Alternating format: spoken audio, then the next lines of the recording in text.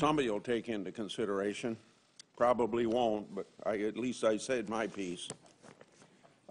Then also, several senators have brought up about the 6% and the 99% and things like that I thought I ought to clear up, because I could say myself that when I first started finding out how much paper Judge Kavanaugh had on his record, for his background, I started talking about 1 million pages. And then when we finally get 488,000, then I could say, well, I got about 48% of what we ought to have. But there's a good explanation why we don't have it, so I want to read. Some of my colleagues keep saying that we have only 6% of Judge Kavanaugh's White House records, but that 99% of Justice Kagan's White House records were made public before the hearing. This is fuzzy math. My colleagues calibrate their phony 6% figure on two inaccurate numbers. First, their 6% figure counts the estimated page count by career archivists at the National Archives based upon their historical practice before the unprocessed emails and attachments are actually reviewed. When Judge Kavanaugh's White House emails that we've received, the actual number of pages ended up being significantly less than the number the National Archives estimated before the actual review. One reason is because we were able to use technology to cull out the exact duplicate emails. Instead of having to read 13 times an email that Judge Kavanaugh sent to 12 White House colleagues, we only had to read the email once. Second, the 6% figure counts millions and millions of pages of irrelevant staff secretary documents that we never ever requested or needed. More importantly, we received 100% of the documents we requested from Judge Kavanaugh's time as an executive branch lawyer.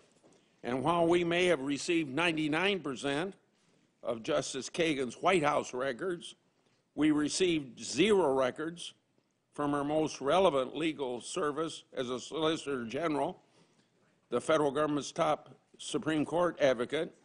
We received much less than 99% of her records as a lawyer. And we didn't receive 60,000 emails from Justice Kagan, so 99% is an overestimate. And even though we never received them, Justice Kagan's Solicitor General records were much more needed at the time because Kagan was a blank slate as a judge. Instead, unlike Judge Kavanaugh, with his 12 years of judicial service and over 10,000 pages of judicial writings on the nation's most important federal circuit court, Justice Kagan had 0 years of judicial service and 0 pages of judicial writing before her appointment to the highest court. Senator Klobuchar. Well, thank you, Mr. Chairman. And before I begin my opening statement, I just wanted to respond to just a few things. One, none of that takes away from the fact that 42,000 documents were dumped on us last night, and I don't think anyone would go to trial and allow a trial to go forward or allow a case to go forward if one side got 42,000 documents the night before and the other side, and you can't simply review them. As pointed out by Senator Whitehouse, you'd have to review 7,000 documents every hour. That happened last night. Let me respond without taking time away from you. Thank you. Democrats got exactly the same amount of money we did to do the work, the massive amount of work we had to do. And we got it done at 11 o'clock last night. The point is that no one could prepare and review 42,000 documents in one evening. We know that, no matter how much coffee you drink. And the second point is that it is true that executive privilege has never been invoked before to block the release of presidential records during this, to the Senate during a confirmation hearing. So I will begin my opening statement, but those are 2 points I don't believe are refuted. So, Okay, well, I'll refute it from this standpoint. There were 5,000 documents, 42,000 pages. okay. Proceed. Thank you. Welcome, Judge Kavanaugh. We welcome your family as well. On its face, this may look like a normal confirmation hearing. It has all the trappings, all of us up here, all of the cameras out there, the statements, the questions, all of it looks normal. But this is not a normal confirmation hearing. First, as we have debated this morning, we are being asked to give advice and consent when the administration has not consented to give us over 100,000 documents, all of which detail a critical part of the judge's career, the time he spent in the White House. And in addition, the majority party has not consented to make 189,000 of the documents we do have public. As a former prosecutor, I know that no lawyer goes to court without reviewing the evidence and record.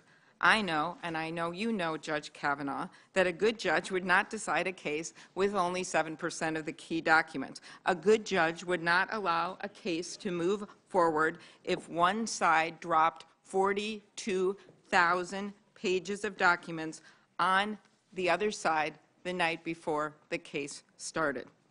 And yet, that is where we are today. This isn't normal. It's an abdication of the role of the Senate and a disservice to the American people, and it is our duty to speak out. Secondly, this nomination comes before us at a time when we are witnessing seismic shifts in our democracy. Foundational elements of our government, including the rule of law, have been challenged and undermined. Today, our democracy faces threats that we never would have believed would be occurring not that long ago. Our intelligence agencies agree that a foreign adversary attempted to interfere in our most recent election, and it's happening again. In the words of the President's Director of National Intelligence, the lights are blinking red. There is an extensive ongoing investigation by a special counsel. The President's private lawyer and campaign chairman have been found guilty of multiple federal crimes. The man appointed as special counsel in this investigation, a man who has served with distinction under presidents from both parties, has been under siege. The dedicated public servants who work in our Justice Department, including the Attorney General and the FBI, have been subjected to repeated threats and have had their work politicized and their motives questioned. In fact, just this past weekend, federal law enforcement was called out, was rebuked by the President of the United States for simply doing their jobs, for prosecuting 2 white-collar defendants, one for insider trading, one for campaign theft. Why? Because the defendants were personal friends and campaign supporters of the President of the United States. As a former prosecutor, as someone who has seen federal law enforcement do their jobs, this is abhorrent to me. So no, this is not normal. And the last branch, the third branch of government, our courts and individual judges, have been under assault, not just by a solitary, disappointed litigant, but by the President of the United States. Our democracy is on trial. And for the pillars of our democracy and our Constitution to weather this storm, our nation's highest court must serve as a ballast in these turbulent times. Our very institutions and those nominated to protect these institutions must be fair, impartial, and unwavering in their commitment to truth and justice. So today we will begin a hearing in which it is our duty to carry on the American constitutional tradition that John Adams stood up for many centuries ago. And that is to be, in his words, a government of laws and not men. To me, that means figuring out what your views are, Judge, on whether a president is above the law. It is a simple concept we learned in grade school, that no one is above the law. So I think it's a good place to start. There were many highly credentialed nominees like yourself that could have been sitting before us today. But to my colleagues, what concerns me is that during this critical juncture in history, the President has handpicked a nominee to the court with the most expansive view of presidential power possible, a nominee who has actually written that the President, on his own, can declare laws unconstitutional. Of course, we are very pleased when a judge submits an article to the University of Minnesota Law Review, and even more so when that article receives so much national attention. But the article you wrote that I'm referring to, Judge, raises many troubling questions. Should a sitting president really never be subject to an investigation? Should a sitting president never be questioned by a special counsel? Should a president really be given total authority to remove a special counsel? In addition to the article, there are other pieces of this puzzle which demonstrate that the nominee before us has an incredibly broad view of the President's executive power. Judge Kavanaugh, you wrote, for example, in 7 Sky v. Holder, that a president can disregard a law passed by Congress if he deems it to be unconstitutional, even if a court has upheld it. What would that mean when it comes to laws protecting the special counsel? What would that mean when it comes to women's health care? The days of the divine rights of kings ended with the Magna Carta in 1215. And centuries later, in the wake of the American Revolution, a check on the executive was a major foundation of the United States Constitution. For it was James Madison, who may not have had a musical named after him, but was a top scholar of his time, who wrote in Federalist 47, "The accumulation of all powers, legislative, executive, and judiciary, in the same hands may justly be pronounced the very definition of tyranny." So what does that warning mean in real-life terms today? Here's one example.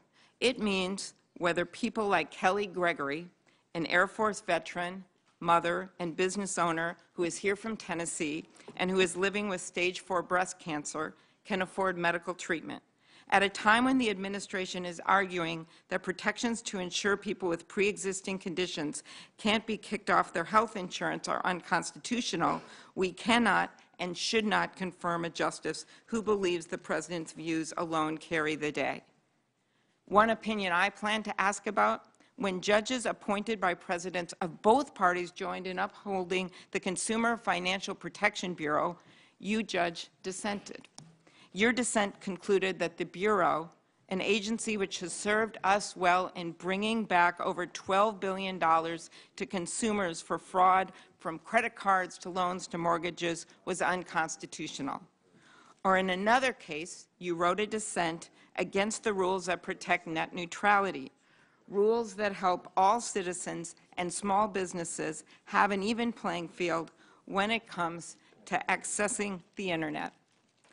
Another example that seems mired in legalese but is critical for Americans: antitrust law.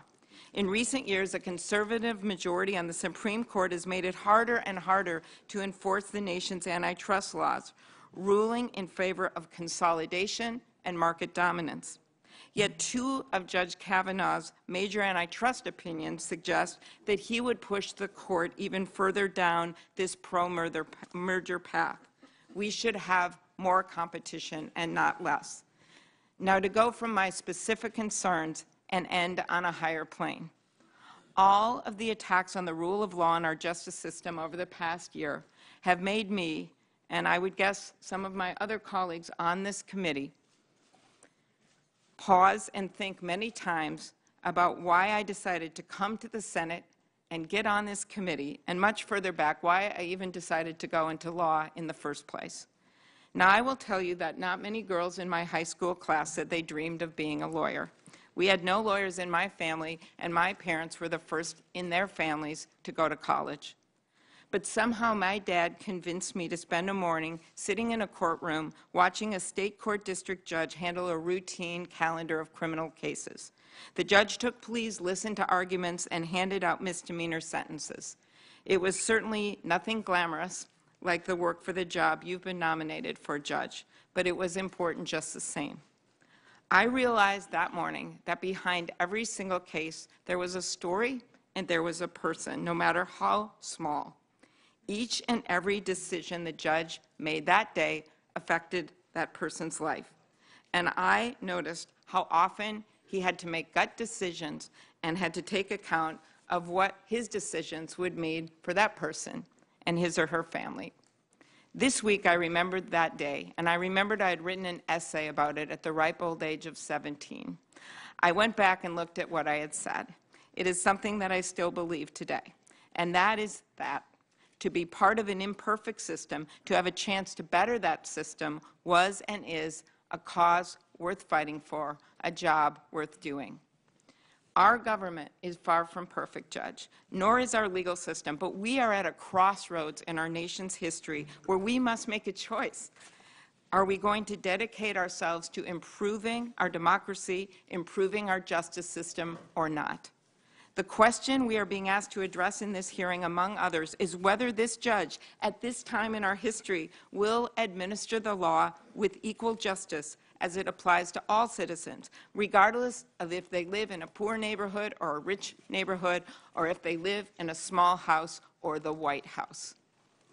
Our country needs a Supreme Court justice who will better our legal system, a justice who will serve as a check and balance on the other branches of government, who will stand up for the rule of law without consideration of politics or partisanship, who will uphold our Constitution without fear or favor, and who will work for the betterment of the great American experiment in democracy. That is what this hearing is about. Thank you. Senator Sass. Thank you, Mr. Chairman. We need to get to Judge Kavanaugh, but I really want to riff with Amy for a while. Senator Klobuchar, you did Madison, Lin-Manuel Miranda, the Magna Carta, and your dad taking you to court. Well done. That. I had all that on my bingo card.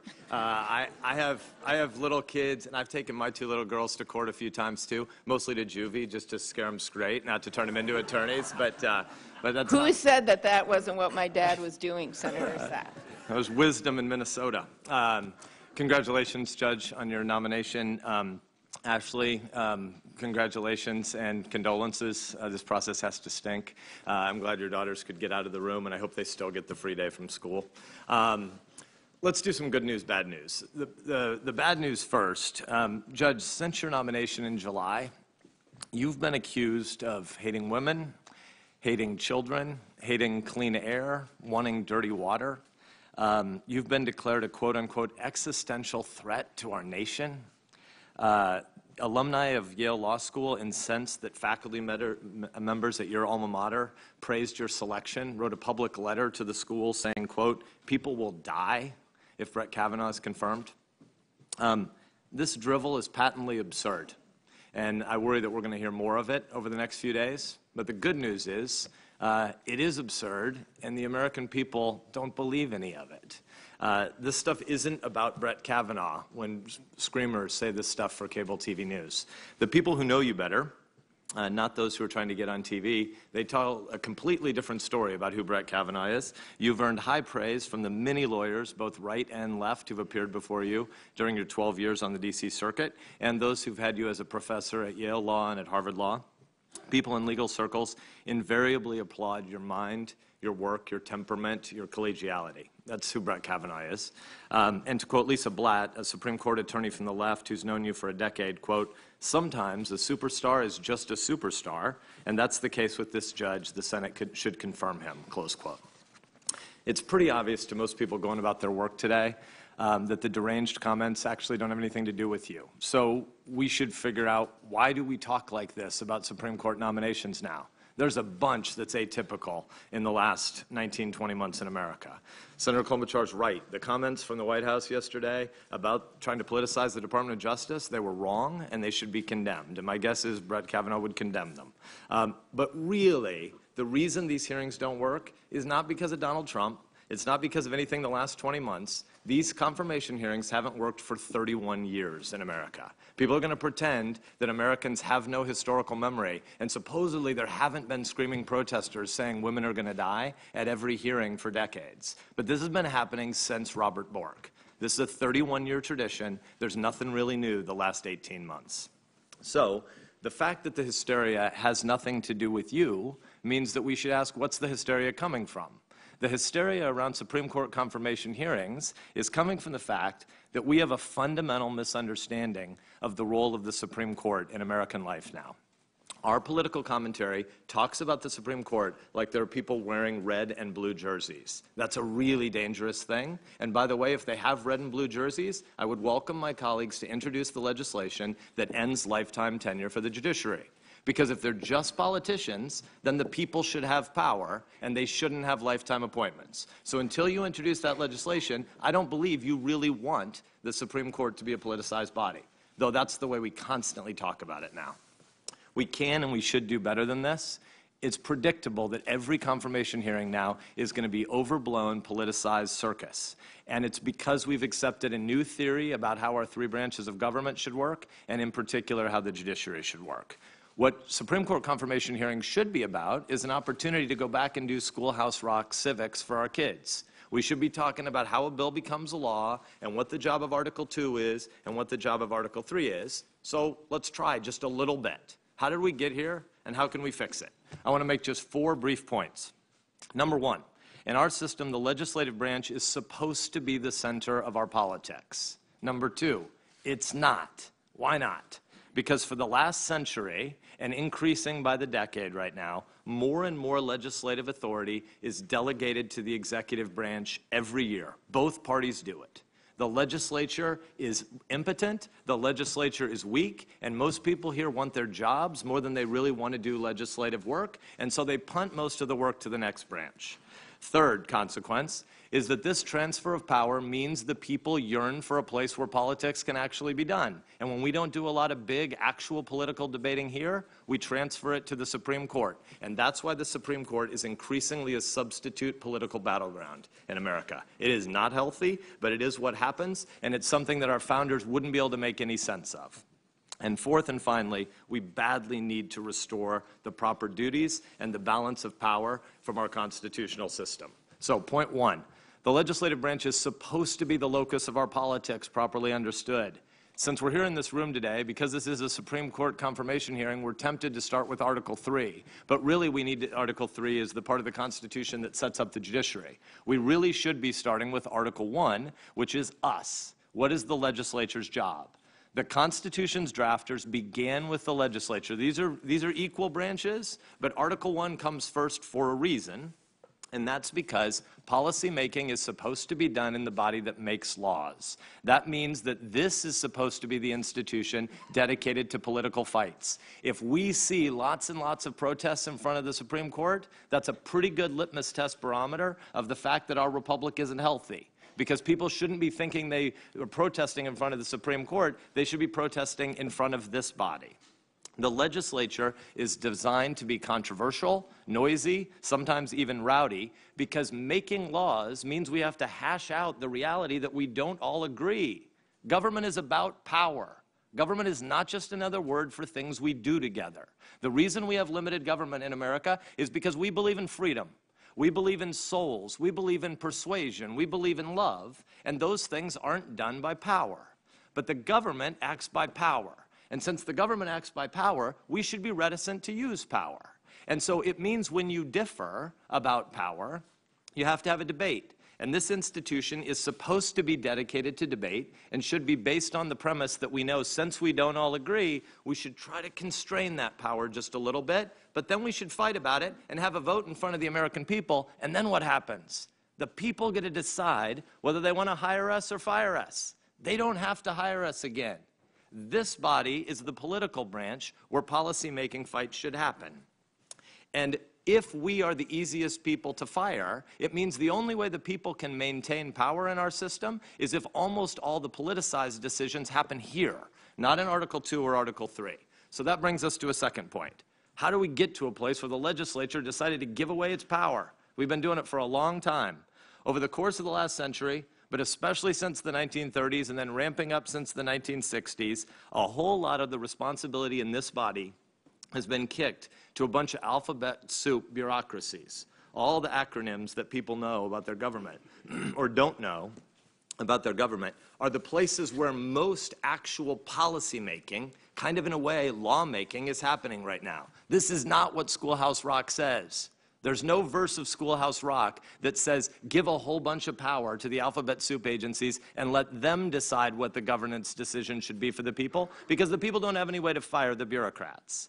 And so what we mostly do around this body is not pass laws. What we mostly do is decide to give permission to the secretary or the administrator of bureaucracy X, Y, or Z to make law-like regulations. That's mostly what we do here. We go home and we pretend we make laws. No, we don't. We write giant pieces of legislation, 1,200 pages, 1,500 pages long, that people haven't read, filled with all these terms that are undefined, and we say the secretary of such and such shall promulgate rules that do the rest of our dang jobs. That's why there's so many fights about the executive branch and about the judiciary, because this body rarely finishes its work. And the House is even worse. I don't really believe that. It just seemed like you needed to try to unite us in some way. So I admit that there are rational arguments that one could make for this new system. The Congress can't manage all the nitty-gritty details of everything about modern government, and this system tries to give power and control to experts in their fields, where most of us in Congress don't know much of anything, or about technical matters for sure, but you could also impugn our wisdom if you want. But when you're talking about technical, complicated matters, it's true that the Congress would have a hard time sorting out every final dot and tittle about every detail. But the real reason, at the end of the day, that this institution punts most of its power to executive branch agencies is because it's a convenient way for legislators to have to be able to avoid taking responsibility for controversial and often unpopular decisions. If people want to get reelected over and over again, and that's your highest goal, if your biggest long-term thought around here is about your own incumbency, then actually giving away your power is a pretty good strategy. It's not a very good life, but it's a pretty good strategy for incumbency. And so at the end of the day, a lot of the power delegation that happens from this branch is because the Congress has decided to self-neuter. Well, guess what? The important thing isn't whether or not the Congress has lame jobs. The important thing is that when the Congress neuters itself and gives power to an unaccountable fourth branch of government, it means the people are cut out of the process. There's nobody in Nebraska, there's nobody in Minnesota or Delaware who elected the Deputy Assistant Administrator of Plant Quarantine at the USDA. And yet if the Deputy Assistant Administrator of Plant Quarantine does something to make Nebraskans' lives really difficult, which happens to farmers and ranchers in Nebraska, who do they protest to? Where do they go? How do they navigate the complexity and the thicket of all the lobbyists in this town to do executive agency lobbying? They can't. And so what happens is they don't have any ability to speak out and to fire people through an election. And so ultimately, when the Congress is neutered, when the administrative state grows, when there is this fourth branch of government, it makes it harder and harder for the concerns of citizens to be represented and articulated by people that the people know that they have power over. All the power right now, or almost all the power right now, happens off stage. And that leaves a lot of people wondering, who's looking out for me? And that brings us to the third point. The Supreme Court becomes our substitute political battleground. It's only 9 people. You can know them, you can demonize them, you can try to make them messiahs, but ultimately, because people can't navigate their way through the bureaucracy, they turn to the Supreme Court looking for politics. And knowing that our elected officials no longer care enough to do the hard work of reasoning through the places where we differ and deciding to shroud our power at times, it means that we look for 9 justices to be super legislators. We look for 9 justices to try to right the wrongs from other places in the process. When people talk about wanting to have empathy from their justices, this is what they're talking about. They're talking about trying to make the justices do something that the Congress refuses to do as it constantly abdicates its responsibility. The hyperventilating that we see in this process and the way that today's hearing started with 90 minutes of theatrics that are pre-planned with certain members of the other side here, it shows us a system that is wildly out of whack. And thus a fourth and final point. The solution here is not to try to find judges who will be policymakers. The solution is not to try to turn the Supreme Court into an election battle for TV. The solution is to restore a proper constitutional order with a balance of powers. We need Schoolhouse Rock back. We need a Congress that writes laws and then stands before the people and suffers the consequences and gets to go back to our own Mount Vernon if that's what the electors decide. We need an executive branch that has a humble view of its job as enforcing the law, not trying to write laws in the Congress's absence. And we need a judiciary that tries to apply written laws to facts and cases that are actually before it. This is the elegant and the fair process that the founders created. It's the process where the people who are elected, 2 and 6 years in this institution, 4 years in the executive branch, can be fired because the justices and the judges, the men and women who serve America's people by wearing black robes, they're insulated from politics. This is why we talk about an independent judiciary. This is why they wear robes. This is why we shouldn't talk about Republican and Democratic judges and justices. This is why we say justice is blind. This is why we give judges lifetime tenure. And this is why this is the last job interview Brett Kavanaugh will ever have, because he's going to a job where he's not supposed to be a super legislator.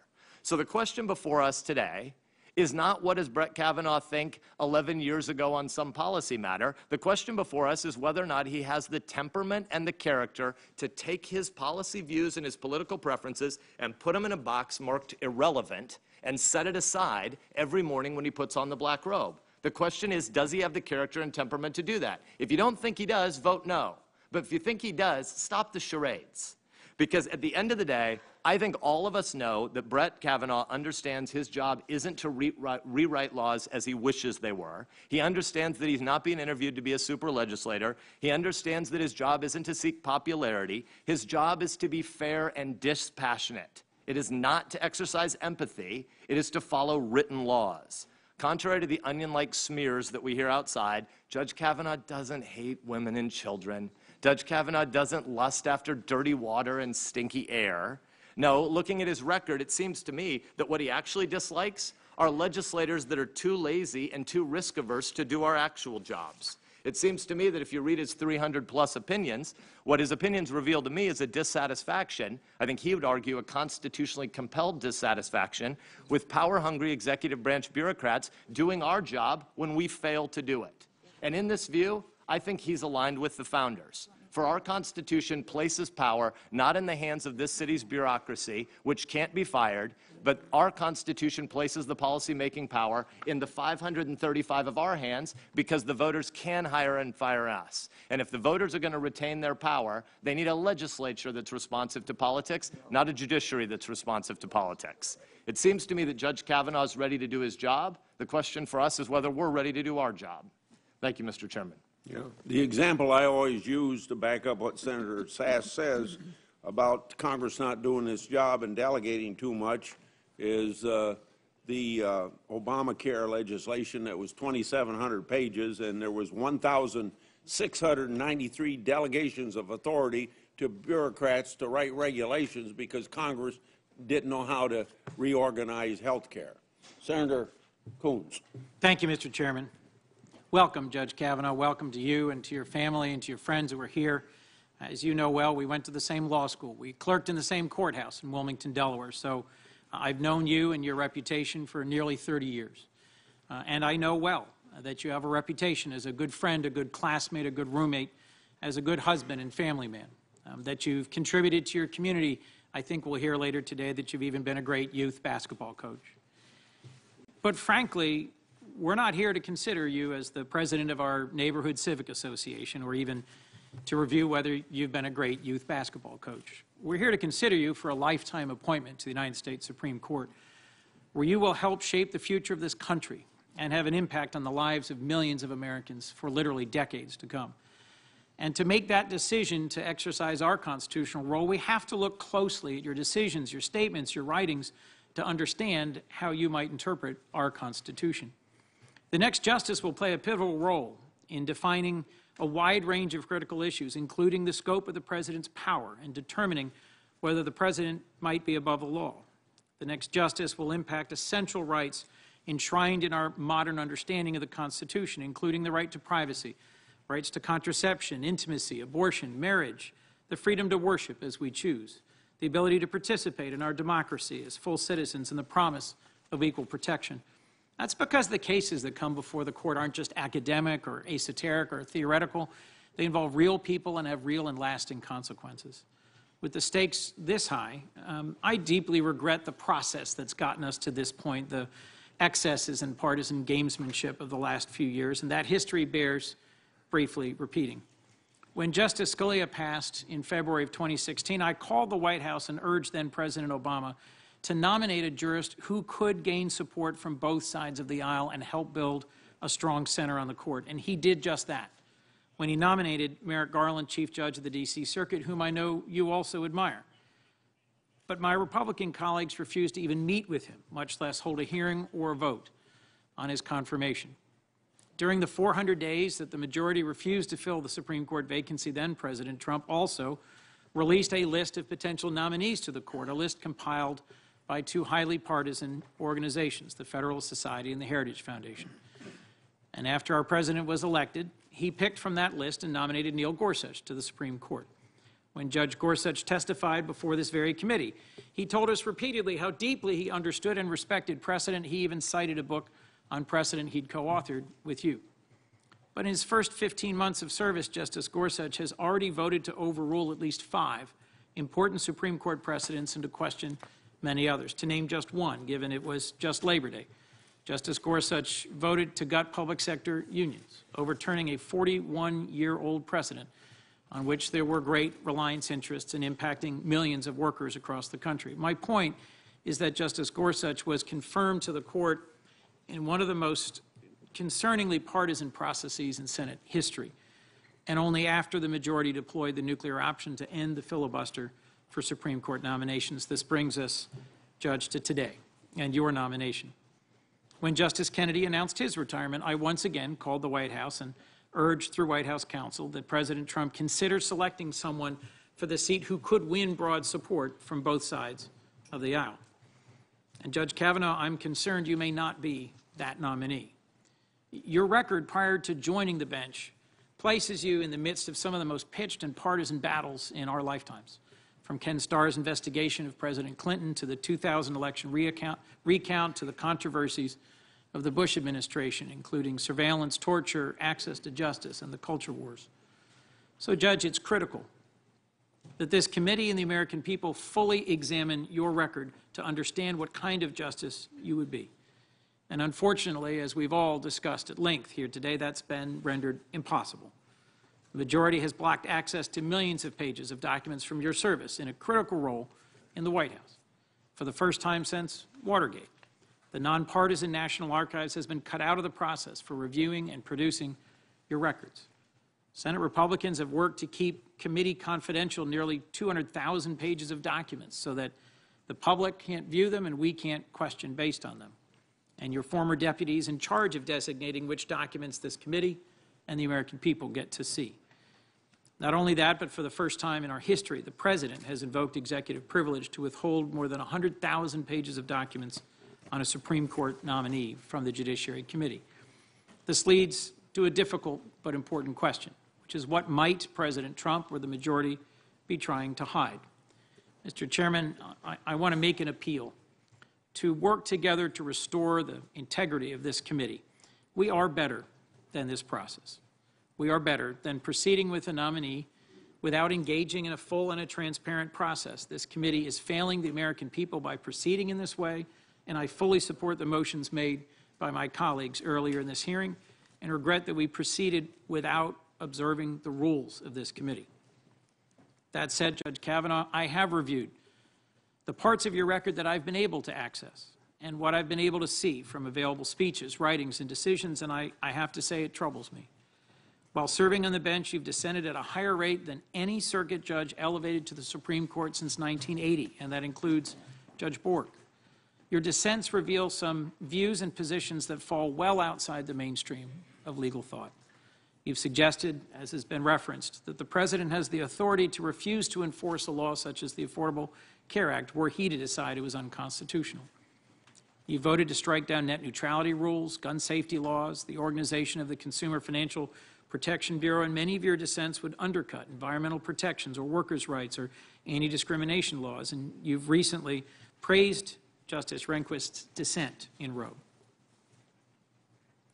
You've embraced an approach to substantive due process that would undermine the rights and protections of millions of Americans, from basic protections for LGBT Americans to access to contraception, to health care, and the ability for Americans to love and marry whom they wish. I'm concerned your writings demonstrate a hostility to affirmative action and civil rights. And most importantly, I believe you've repeatedly and enthusiastically embraced an interpretation of presidential power so expansive it could result in a dangerously unaccountable president at the very time when we are most in need of checks and balances. I want to pause for a moment on this last point because the context of your nomination troubles me the most. In reviewing your records, Judge, you've questioned the lawfulness of United States v. Nixon, an historic decision in which a unanimous court said the president had to comply with a grand jury subpoena. You've questioned the correctness of Morrison v. Olson, a 30-year-old precedent holding that Congress can create an independent counsel with the authority to investigate the president, who the president can't just fire on a whim. You've questioned whether a president and his aides should be subject to any civil or criminal investigations while in office. And given these positions about presidential power, which I view as being at one extreme of the record of circuit judges, we have to confront an uncomfortable but important question about whether President Trump may have selected you, Judge Kavanaugh, with an eye towards protecting himself. So, Judge Kavanaugh, I'm going to ask you about these issues, as I did when we met in my office, and I expect you to address them. When we spoke, you agreed that we have a shared concern about the legitimacy of the Supreme Court, that it is critical to our system of rule of law. In my view, it is today in jeopardy. You're participating in a process that has featured unprecedented concealment and partisanship around your record. And a few moments ago, Senator Durbin proposed a bold step, which would be for you to support, suspending this hearing until all your records are produced and available to this committee and the American people, and I encourage you to do this.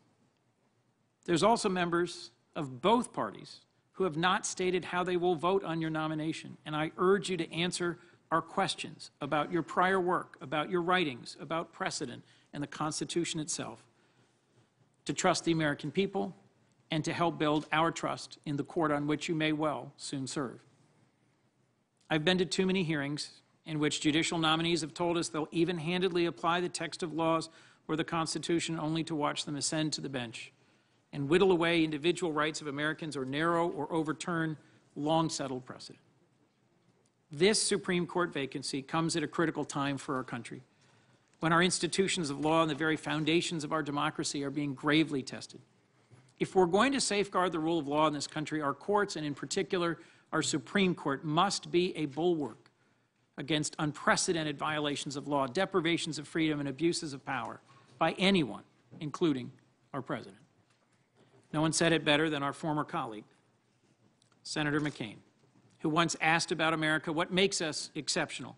Is it our wealth, our natural resources, our military power, our big and bountiful country? No, it's our founding ideals and our fidelity to them and our conduct in the world. They are the source of our wealth and power, that we live under the rule of law. That enables us to face threats with confidence that our values make us stronger than our enemies. Judge Kavanaugh, we're here to determine whether you would uphold or undermine those founding ideals and the rule of law. We're here to determine whether you would continue in the traditions of the court or transform it into a body more conservative than a majority of Americans. We're here to determine whether your confirmation would compromise or undermine the legitimacy of the court itself. I urge you to answer our questions and to confront these significant challenges. These are weighty questions, and the American people deserve real answers. Thank you, and I look forward to your testimony. Yeah. You can easily get the impression, not just from Senator Coons, but other senators, that somehow you, Judge Kavanaugh, are out of the mainstream some way. So I looked at your record in the D.C. Circuit and have found that judges have agreed with you and your rulings in an overwhelming majority of matters across the board. 94% of the matters Judge Kavanaugh heard were decided unanimously. In 97% of the matters Judge Kavanaugh heard, he voted with the majority. Judge Kavanaugh issued dissenting opinions in only 2 7/10% of the matters that you heard. I would also like to clarify what the Presidential Records Act requires. Our documents process has fully complied with the Presidential Records Act.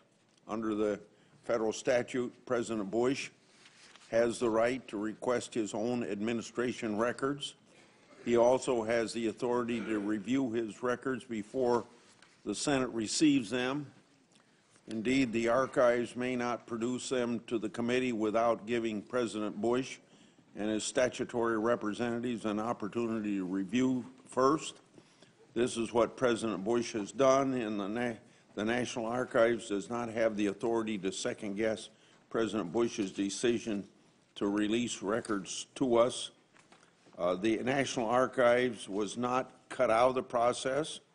As President Bush's representative informed the committee, quote, because we have sought, received, and followed NARA, that means the archivist's views on any documents withheld as personal documents, the resulting productions of documents to the committee is essentially the same as if the archivist had conducted its review first and then sought our views and the current administration views as required by law, end of quote. Senator Flake. Thank you, Mr. Chairman. Congratulations, Judge Kavanaugh, and congratulations to your family as well. Let me just say a few things about the issue that has been discussed here a lot today, the issue of documents and document production. The standard historically that we use to looking at nominees is what is relevant and probative. I would suggest that we certainly get that from the 12 years you've served on the circuit court, on the D.C. Circuit Court, that considers, when you look at the docket, items that, more than any other circuit court, that the Supreme Court would be perhaps called to rule on.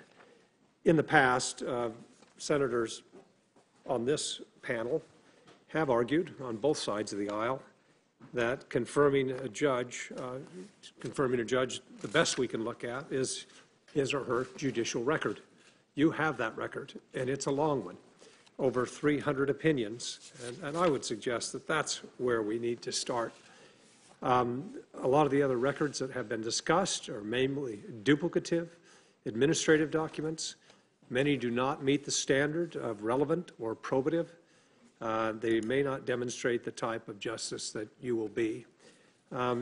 Senator Sass talked about what we are called to do here, is to look at your temperament, your judgment, and your character. And I think you can see a lot of that by the type of life you've lived outside of the courtroom.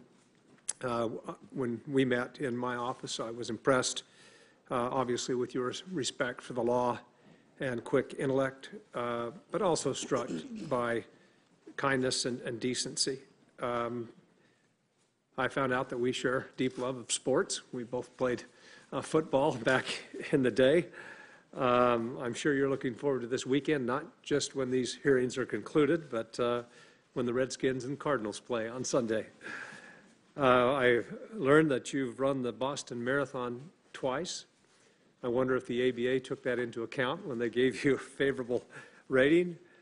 I'm not sure what that says about your soundness of mind, myself. But in all seriousness, training for a marathon, completing 2 marathons like this is a huge accomplishment. It demonstrates not just your competitive spirit, but a strong sense of purpose and commitment, and says something about your temperament and character. Of course, you have no greater commitment than to your family, your wife Ashley, and your 2 daughters. I know that you beamed with pride when talking about them and talking about, as has been mentioned earlier, coaching your daughter's elementary school basketball teams. I have a letter for the record written by a group of parents whose girls play for basketball teams that Judge Kavanaugh coaches. And with, Mr. Chairman, without objection, I'd like to enter that letter into the record. So ordered. The team's parents note that Judge Kavanaugh has been a devoted coach and a mentor to their daughters. As these parents note, Coach K, and that's new, you, not the Duke famous one, stresses the importance of playing as a team and has provided their girls the opportunity to learn about teamwork, honesty, integrity, humility, respect, discipline, hard work, and competitiveness. Again, we're going back to temperament and character. Judge Kavanaugh's dedication and commitment as a volunteer basketball coach, I think, demonstrates and says a good deal about that character. And congratulations to you and the Blessed Sacrament Bulldogs for winning the city championship this past year. I know you must be proud of your team. Now, aside from running marathons, winning basketball championships, you've spent, as I mentioned, the last 12 years as a federal appeals court judge on the D.C. Circuit. You have earned a reputation among legal commentators and colleagues on both sides of the aisle of a solid, careful judge, a thorough and clear writer, and someone who promotes collegiality on the court, working with people across ideological lines. I have also a New York Times article for the record written by Professor Akhil Amar, a self-professed liberal who describes Judge Kavanaugh as one who appreciates the craft of judging with seriousness and commands wide and deep respect among scholars, lawyers, and jurists across the political spectrum. Mr. Chairman, I'd like to submit that for the record as well. As I mentioned, Judge Kavanaugh has amassed an astonishingly distinguished and extensive record, writing more than 300 opinions, joining his colleagues in issuing thousands of additional cases. And that is where we need to look first when we're looking at how you will judge on the Supreme Court. Now, I know, and it has been brought up today, that a lot of the concern on the other side of the aisle stems from the concern of an administration that doesn't seem to understand and appreciate separation of powers and the rule of law. I have that concern as well. If you just look at what was said just yesterday by the President, I think it's very concerning. He said in a tweet, 2 long-running Obama-era investigations of 2 very popular Republican congressmen were brought to a well-publicized charge just ahead of the midterms by the Jeff Sessions Justice Department, he calls it. 2 easy wins now in doubt because there is not enough time. Good job, Jeff.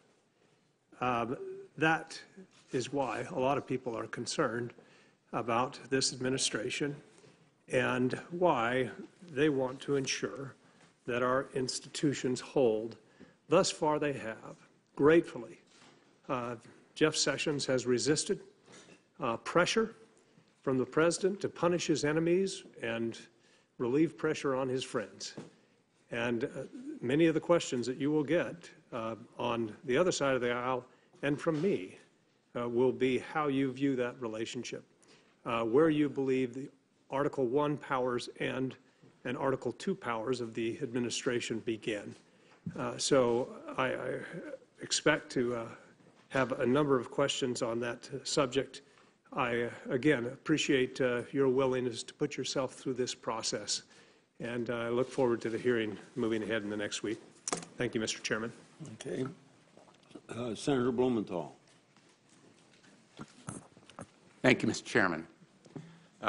Thank you, Mr. Chairman, for your conducting these hearings as fairly and patiently as you have. And I am going to be remarking further on what procedurally I think is appropriate here. But I want to begin by thanking Judge Kavanaugh and your family for your commitment to public service. I want to thank the many, many Americans who are paying attention to this hearing not only in this room, but also across the country. I want to thank them for their interest and indeed their passion. That is what sustains democracy, that commitment to ordinary, everyday Americans participating and engaging in this process. There is a T-shirt worn by a number of folks walking around this building that says, "I am what's at stake." This vote and this proceeding could not be more consequential in light of what is at stake, whether women can decide when they want to have children and become pregnant, whether the people of America can decide whom they would like to marry, whether we drink clean water and breathe clean air, whether consumers are protected against defective product and financial abuses, and whether we have a real system of checks and balances, or alternatively, an imperial presidency. I will not cast a vote more important than this one, and I suspect few of my colleagues will as well. And what's at stake is indeed also the rule of law. My colleague, Senator Flake, quoted the President's tweet yesterday. I'm going to repeat it.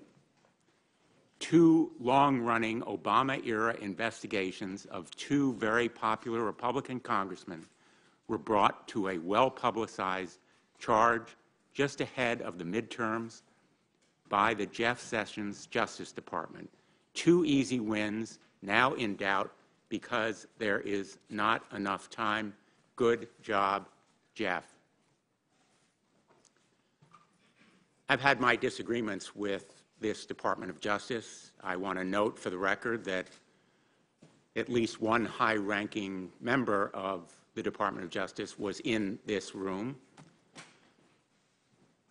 I want to urge the Department of Justice to stand strong and hold fast against this onslaught, which threatens the basic principles of our democracy. And I want to join my colleague, Senator Sass, in his hope that you, Judge Kavanaugh, would condemn this attack on the rule of law and our judiciary.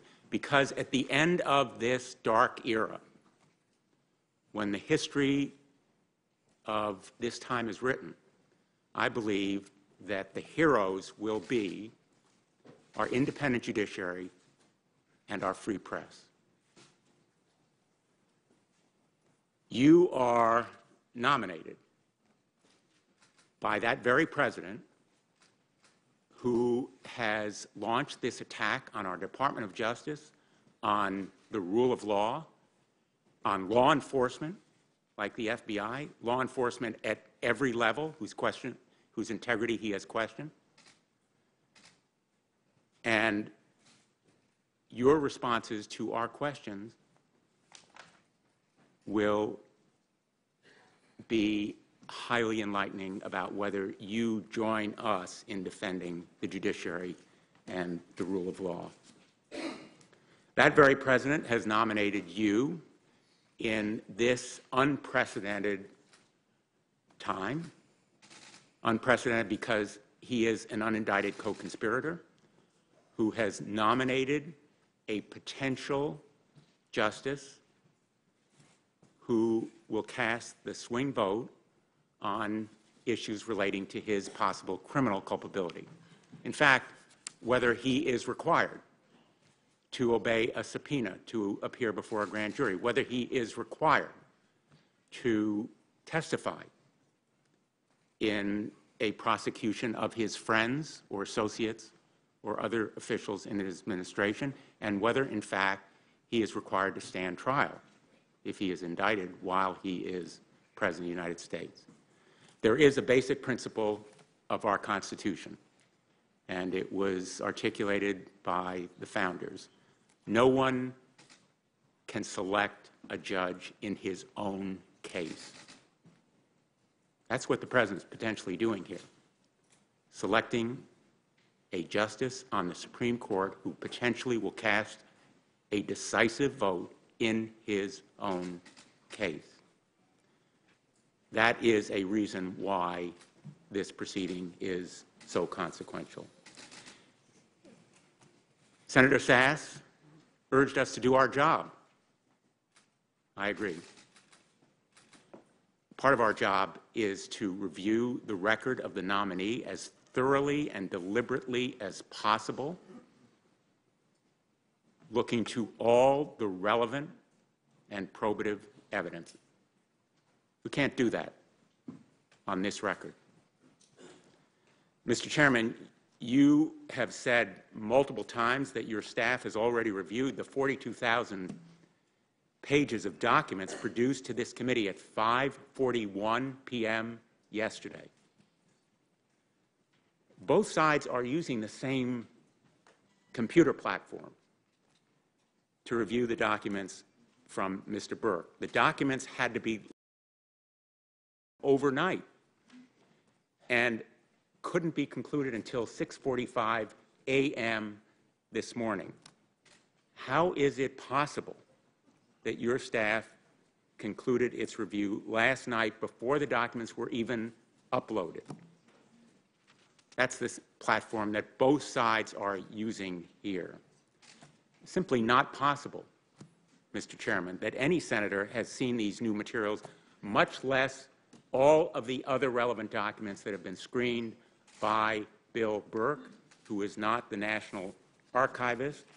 And this situation, when we say it's unprecedented, is truly without parallel in our history.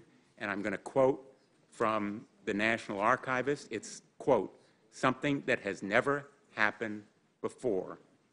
And the archivist continued, this effort by former President Bush does not represent the National Archives or the George W. Bush Presidential Library, end quote. So, Mr. Chairman, I renew my motion to adjourn so that we have time to conclude our review of these documents, and so that also my request under the Freedom of Information Act, which is now pending, to the National Archivist, to the Department of Justice, to other relevant agencies, can be considered and judged. That Freedom of Information Act will require some time, I assume, to conclude. I renew my motion, Mr. Chairman, and ask for a vote on the motion to adjourn. As I said earlier, Rule 4 provides, quote, the committee chairman shall, not may, shall entertain a non-debatable motion to bring a matter before the committee to a vote. That seems pretty clear to me, Mr. Chairman. I've made a motion to bring before the committee a motion to adjourn under the rules. With all due respect, you are required to entertain my motion. And I would just add this final point. All of these documents will come out. They will come out eventually, as soon as 2019 and 2020. By law, these documents belong to the American people. They don't belong to President Bush or President Trump. They belong to the American people. It's only a matter of time, my Republican colleagues, before you will have to answer for what's in these documents. We don't know what's in them. But the question is, what are they concealing that you will have to answer to history for? Mr. Chairman, I renew my motion to adjourn. You quote the rules very accurately, but those rules apply to executive business session. We're not in an executive business session, so I deny your Mr. Chairman, with all due respect, I ask you to point to me the language in Rule 4 or anywhere else in our rules that limits its scope to executive business meetings. There is no such language, Mr. Chairman. I would have you quote language to the contrary. Could you quote me that language? No, I'm asking you. You quote me a language to the contrary of what I ruled. There is no language to the contrary. I'm asking for a vote in this session now. There's nothing that precludes the vote in our hearing at this exact time. Okay, I've ruled. You want to proceed, do you? Well, if the chair, with all due respect, is ruling against me, I move to appeal the ruling of the chair. With all due respect, the chairman is not above the rules of the committee. I ask for a roll call vote to overturn the ruling of the chair and to allow for a vote on my motion to adjourn these proceedings. That would be an appropriate motion if we were in executive business session, but we're not in executive business session, so it's denied. Mr. Chairman, I will proceed under protest. We've had a lot of rhetoric so far about rules and norms. I am very regretful that the chair has adopted this stance, which in my view contradicts our basic norms and rules. But I will proceed.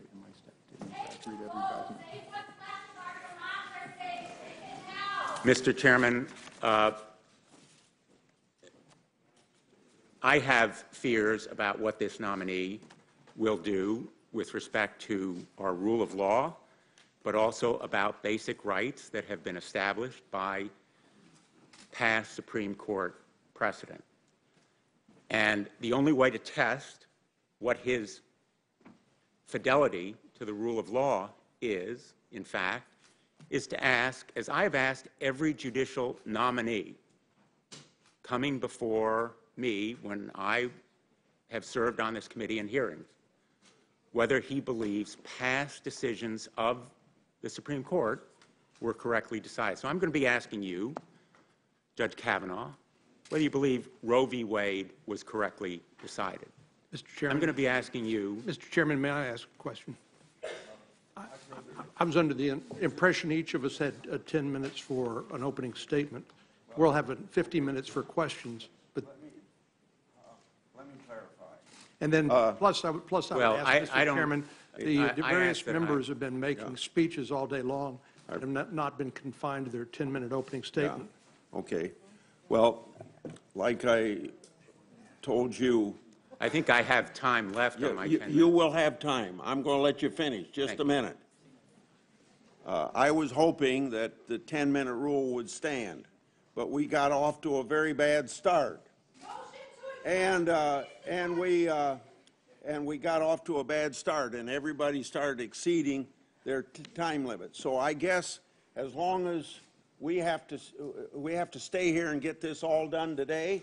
If we have to stay into the night, we're going to stay, but I'm not going to cut anybody off now that I didn't do it right away. And like you said, mob rule, I've always said to myself when advising other people, either you run the committee or the committee runs you. And I let the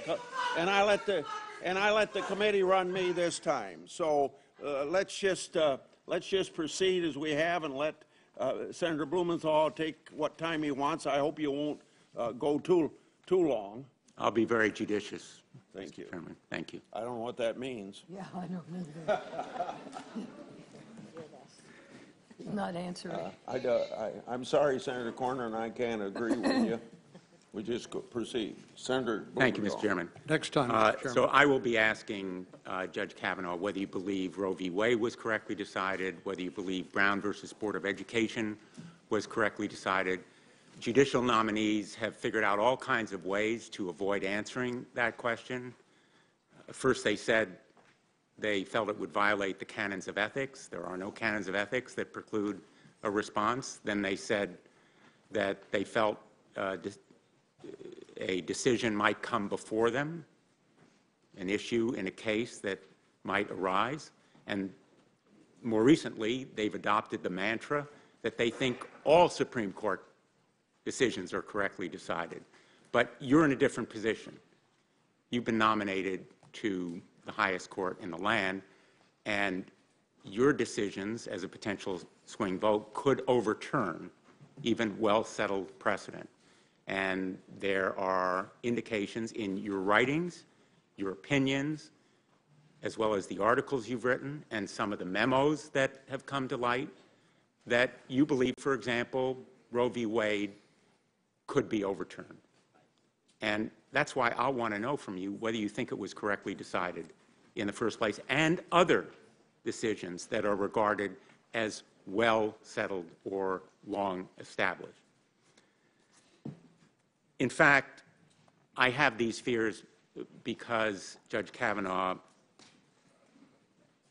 this system and process has changed so radically. In fact, you have spent decades showing us in many ways what you believe.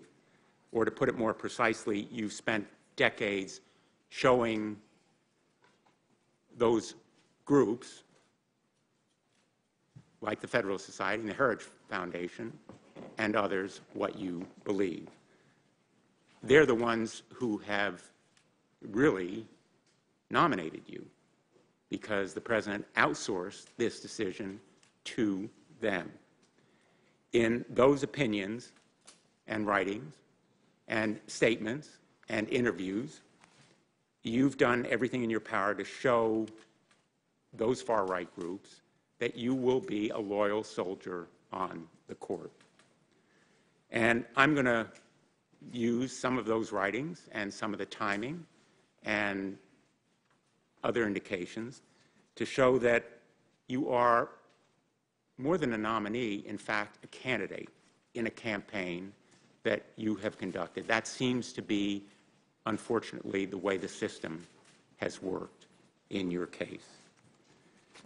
The norms have been dumbed down and the system has been degraded, but I think that we have an obligation to do our job and elicit from you where you will go as a justice on the United States Supreme Court based on what you've written and said, and also what you will tell the American people in these hearings.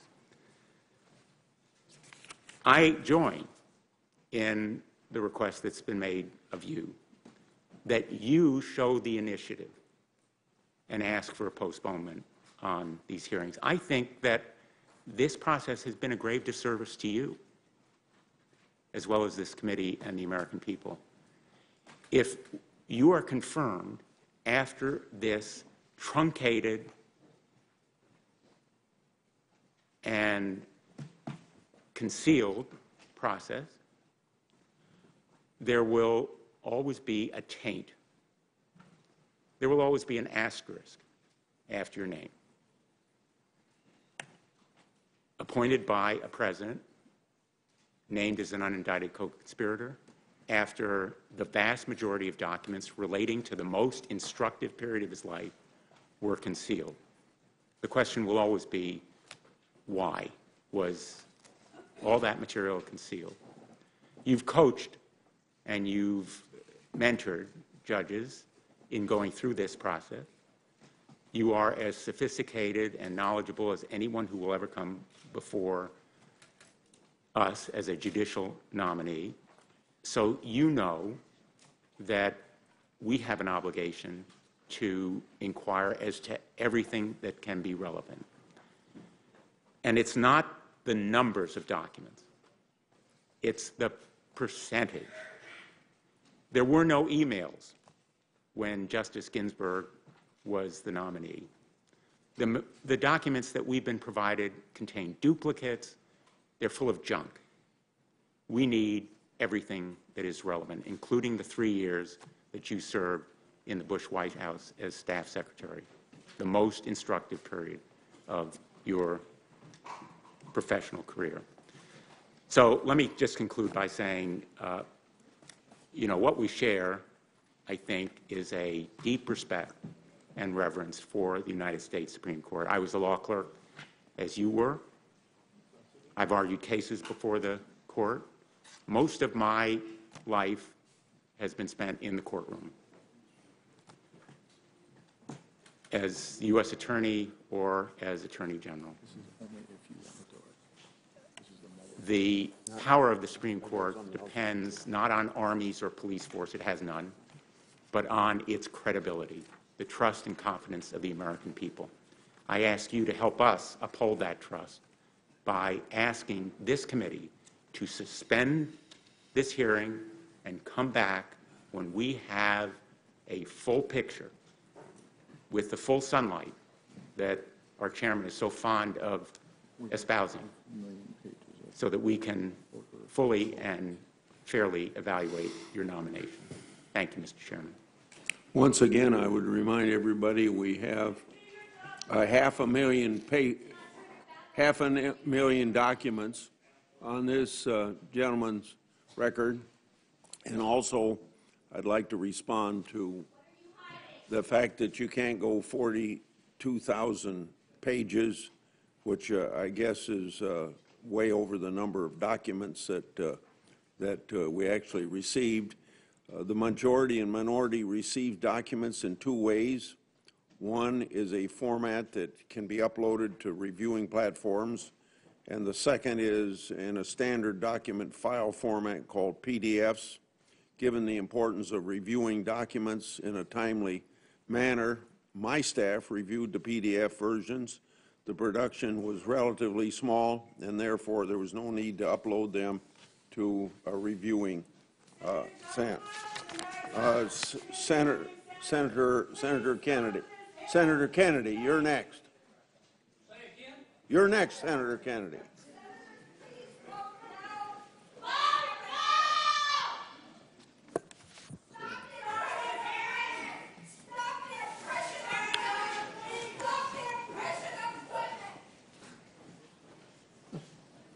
Thank you, Mr. Chairman.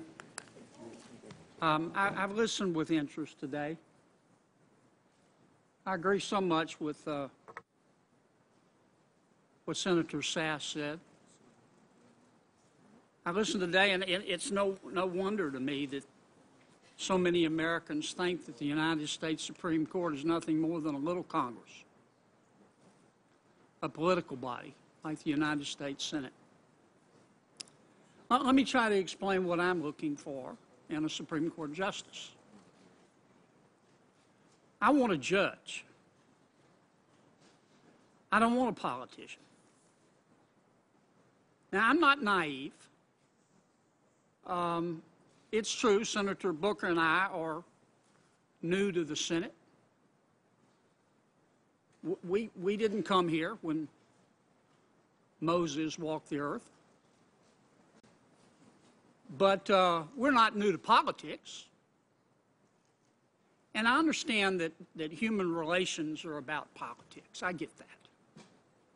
But I don't think our founders ever intended for the United States Supreme Court to become a political body. I don't. I'm not looking for an ideologue. I'm not looking for a hater. What I am looking for is somebody who is whip smart, who's intellectually curious, who writes cleanly and crisply, who knows what a semicolon is for, and who is willing to protect the United States Constitution and the Bill of Rights, and understands that the Bill of Rights is not an a la carte menu. Every one of them counts. Let me try to explain further why I agree with so much of what Senator Sass said. This is not a news flash. Our country is divided. We've been divided before. We'll be divided again. We will survive this. But I confess the division in our country today seems to me to be especially sharp. And what concerns me so much about that division is the basis for it. It's not honest disagreement. So much of it is anger. There have been thousands, millions of pages written about the genesis of that anger. We all have opinions. You know what they say about opinions. Here's mine. I think a big part of the anger in America today is because we have too many Americans who aren't sharing in the great wealth of this country. Not economically, not socially, not culturally, and not spiritually. And those Americans believe that the American dream has become the American game, and that game is fixed. Let me give you one example why I say that. I don't hear it so much today. I'm biased, but I happen to think the Tax Cuts and Jobs Bill Act worked. But when I ran 2 years ago, I would hear it every single day. People would stop me and they would say, Kennedy, you know what's wrong with us economically? They would tell me, I look around, Kennedy, and I see too many undeserving people.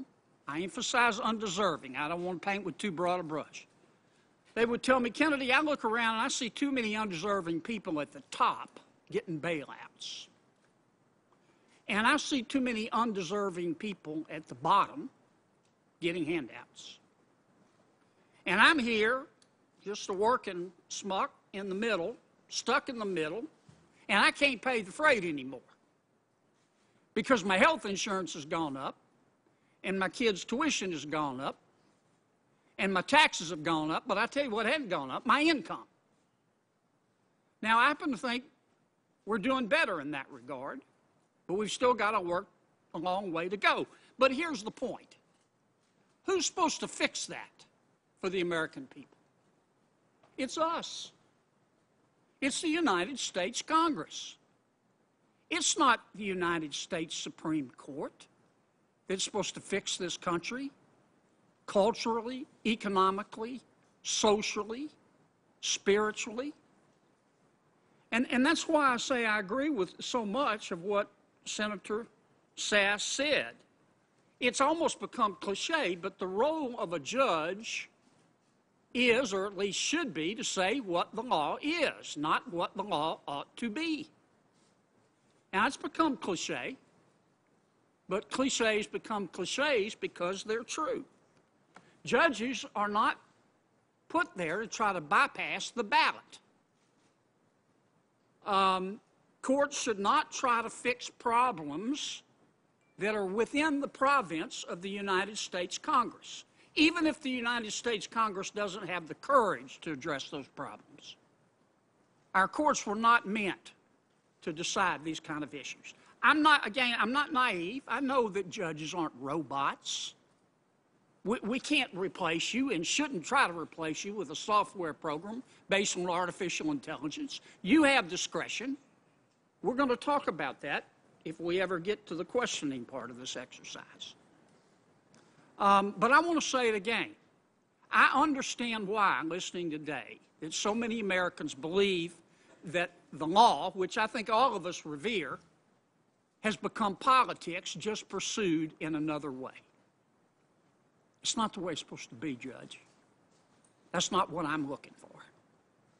Now, I'm going to end. I still got plenty of time left. I think I have 2 hours allotted, Mr. Chairman.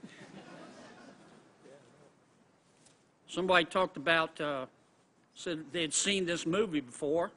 I commented to my friend Senator Tillis, this thing's as long as a movie. These are the words of Justice Curtis. In 1857, when he dissented in the Dred Scott case. When a strict interpretation of the Constitution, according to the fixed rules which govern the interpretation of laws, is abandoned, and the theoretical opinions of individuals are allowed to control its meaning, we have no longer a Constitution. We're under the government of individual men who for the time being have power to declare what the Constitution is, according to their own views of what it ought to mean. That's not the rule of law. Justice Scalia put it another way, and I truly will end with that. He said the American people love democracy, and the American people are not fools. The people know their value judgments are quite as good as those taught in any law school, maybe better. Value judgments, after all, should be voted on, not dictated. And that's what I'm looking for, Judge. Thank you, Mr. Chairman.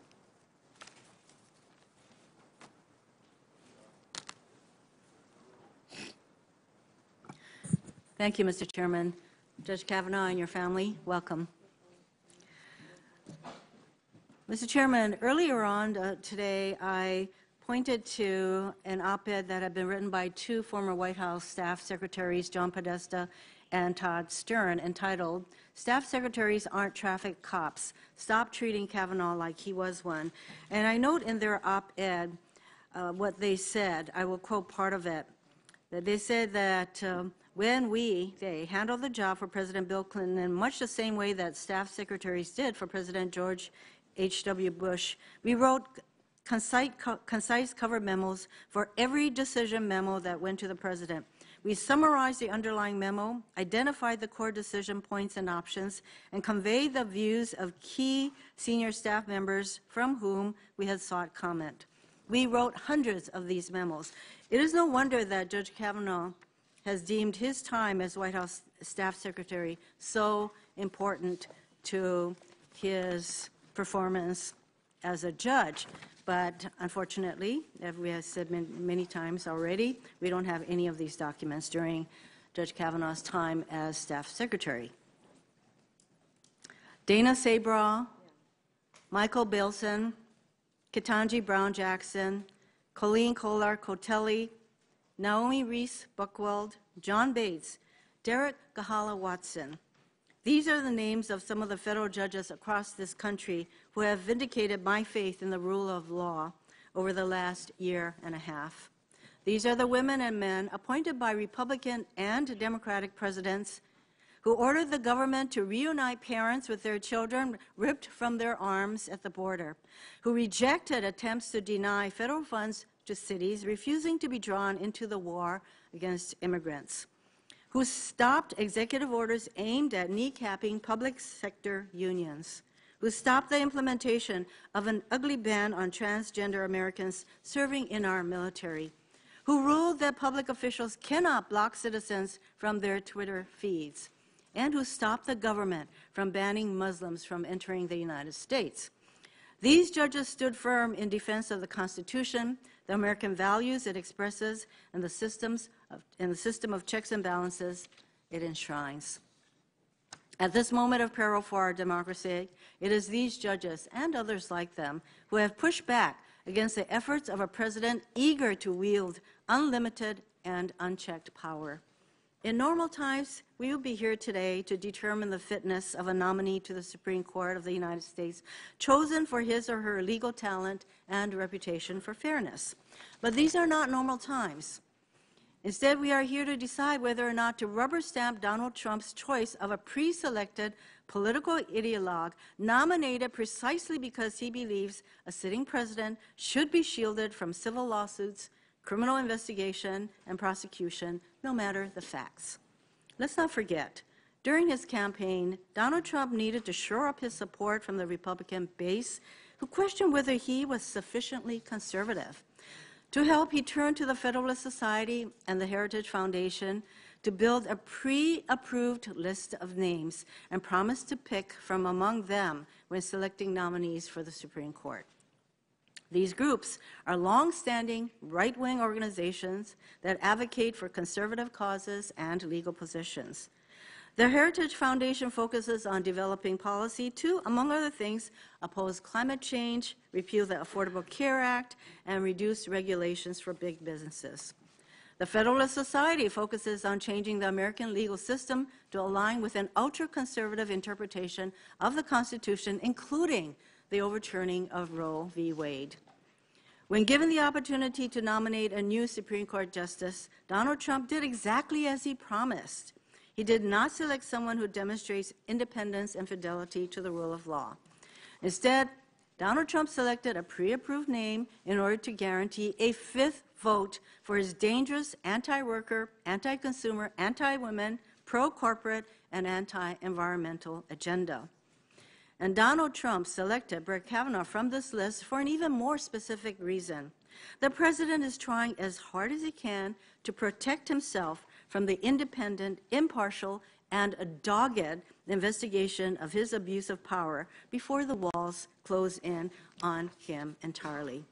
Because if there's one thing we know about Donald Trump, it is that he is committed to self-preservation every minute, every hour, every day. Judge Kavanaugh's appointment should be considered in a broader context. The president has been packing our courts with ideologically driven judges who come to the bench with firm positions and clear agendas, who then go on to rule in ways consistent with those agendas. For example, Trump nominee James Ho, now a judge on the Fifth Circuit, has written in favor of unlimited campaign contributions and, in another case, publicly aired his personal views in opposition to abortion. Trump nominee Don Willett, now a judge on the Fifth Circuit, has already voted to curtail the independence of a federal agency that helped rescue the economy after the mortgage crisis of 2008. Trump nominee Stephen Bibos, now a judge on the Third Circuit, wrote a dissent to explain that he does not believe Title IX requires school districts to provide transgender students appropriate changing facilities and bathrooms.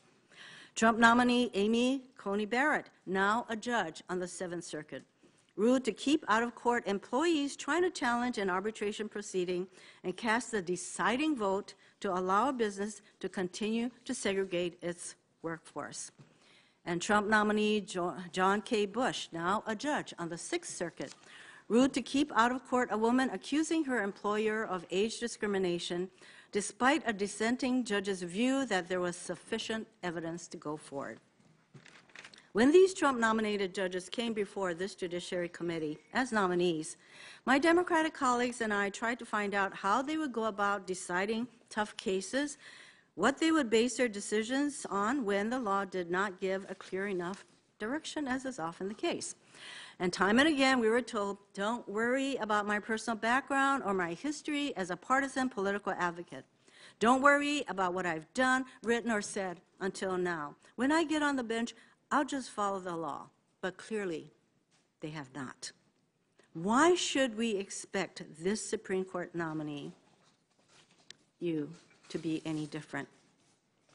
President Trump selected Brett Kavanaugh because of his fealty to the partisan political movement he has been a part of his entire professional life.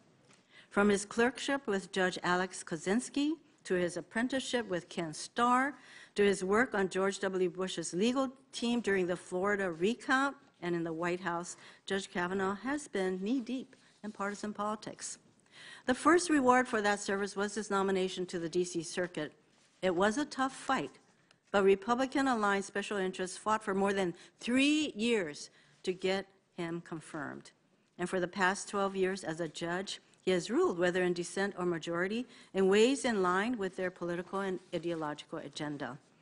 Now President Trump has selected Judge Kavanaugh to provide the decisive fifth vote in cases that will change some of the most basic assumptions Americans have about their lives and their government.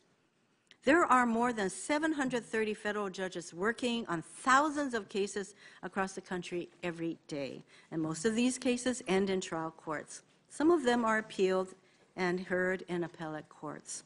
The closely divided Supreme Court hears very few cases, many times fewer than 100 every year. Before Justice Kennedy retired, so many important constitutional rights were hanging in the balance, decided on narrow grounds by 5-4 votes. And now that Justice Kennedy has left the court, the forces opposed to workers' rights, women's rights, LGBTQ rights, voting rights, civil rights of all kinds, and environmental protections are eager to secure a solid majority on the court to support their right-wing views. These ultra-right-wing forces have been working for decades to prepare for this moment because they know that a single vote from one justice is all it would take to radically change the direction of this country. It could take just one vote on the Supreme Court to overturn Roe v. Wade and deny women control over their reproductive rights. It could take just one vote to declare the ACA's pre-existing condition protections unconstitutional. It could take just one vote to dismantle environmental protections that keep our air safe to breathe and our water clean to drink. It could take just one vote to dismantle common sense gun safety laws that keep our communities safe. And it could take just one vote to further erode protections for working people and unions. Since this nomination was announced, I have been asked many times why the Democrats would even bother to go through the motions when we know that our Republican colleagues will do anything to support this administration's judicial nominees. There are battles worth fighting, regardless of the outcome. A lifetime appointment to the Supreme Court of someone who will provide the fifth vote on issues impacting the lives of every working American is a battle worth fighting. So I intend to use this hearing to demonstrate to the American people precisely why who sits on the Supreme Court matters, why a fifth ideologically driven conservative and political vote on the court is dangerous for our country, why the Senate should reject this president's latest attempt to rig the system in his favor. As senators begin to ask their questions in the coming days, I ask the American people to listen carefully to what the nominee says and compare it with what we heard only a short time ago from Neil Gorsuch at his confirmation hearing. Just 18 months ago, Judge Gorsuch told us that, quote, all precedent of the United States Supreme Court deserves the respect of precedent, which is quite a lot. It's the anchor of the law. Judge Gorsuch said, it's not whether I agree or disagree with any particular precedent. That would be an act of hubris, because a precedent, once it's decided, it carries far more weight than what I personally think, he said. Judge Gorsuch made these promises when he was asking for our votes, but earlier this year, he joined a majority of the court to overturn precedent in a 41-year-old case that protected government workers and their ability to form a union in a 5-4 decision. I expect Judge Kavanaugh to make similar promises over the next few days, only to do, sadly, the exact opposite if confirmed. Our job here is important because every American should be concerned about what our government and country would look like if Judge Kavanaugh is confirmed. We owe it to the American people and to all of the independent-minded judges I mentioned at the beginning of my remarks to preserve the integrity of our Constitution and the fairness and order of a system that has served us well for so long. Judge Kavanaugh, what may be going through your mind right now is to simply and stoically endure this hearing. But don't you think you owe it to the American people to disclose all of the documents being requested because you have nothing to hide, because you have nothing to hide? I agree with my colleague, Senator Durbin, Judge Kavanaugh. If you stand behind your full record in public life, fundamental fairness would dictate that you join us in our call for this committee to suspend until we receive all relevant documents and have a chance to review them. Your failure to do so would reflect a fundamental mistrust of the American people. Thank you, Mr. Chairman, and I would like to have entered into the record the op-ed piece that I referred to by John Podesta and Todd Stern. Without objection, it will be entered. Let's go to Senator Crapo's next. Thank you, Mr. Chairman. Judge Kavanaugh, welcome. Thank you for your service to this country, and thank you for the willingness you have expressed to take this additional assignment. And thank you to your family. We welcome them as well. The process on which we're about to embark is one of maybe not the most important duties entrusted to the Senate: advice and consent on judicial nominations. Ultimately, a fair and proper judge, Supreme Court or otherwise, must follow the law and not make laws from the bench. Upon receiving his nomination to serve as an Associate Justice of the Supreme Court, Judge Kavanaugh stated, "My judicial philosophy is straightforward. A judge must interpret statutes as written, and a judge must interpret the Constitution as written, informed by history and tradition and precedent." Isn't that the ideal of a judge steadfastly committed to the law? No one seriously questions Judge Kavanaugh's qualifications to serve as an Associate Justice on our nation's highest court. He is vastly experienced and widely respected for his intellect, his honesty, and his legal acumen. With over 300 authored opinions and 12 years of service on the bench, he is a judge with a clear record, demonstrating that he applies the law as written and enforces the Constitution. He values precedent and has written, along with Justice Gorsuch and others, The Law of Judicial Precedent, a scholarly piece on the importance of stare decisis. Sadly, much of the discourse surrounding Judge Kavanaugh's nomination deals not with the content of his legal opinions, his judicial philosophy, or temperament, but rather, as today's discussion has shown, the spurious notion that our distinguished chairman has not been rigorous or fair or transparent in navigating the requisite document production efforts required by this committee. Those claims are wholly without foundation. There have been 57 days since the announcement of Judge Kavanaugh's nomination on July 9 and today's confirmation hearing. This is a longer period of time than senators had for Justices Sotomayor, Kagan, and Gorsuch.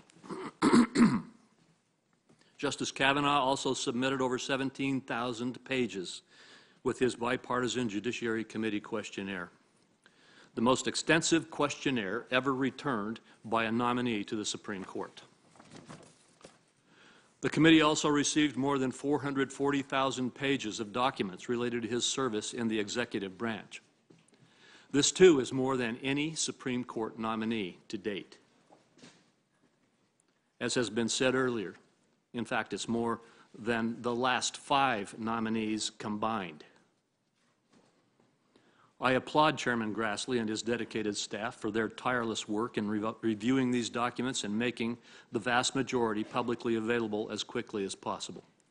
And frankly, Mr. Chairman, I believe the American people appreciate your efforts, your transparency, and your commitment to a fair process.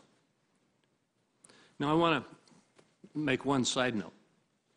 It was said here today that the number of documents provided by now Justice Kagan, who was also a nominee who had served in a White House and had many, many documents relating to her service, that 99% of the documents requested for her were provided.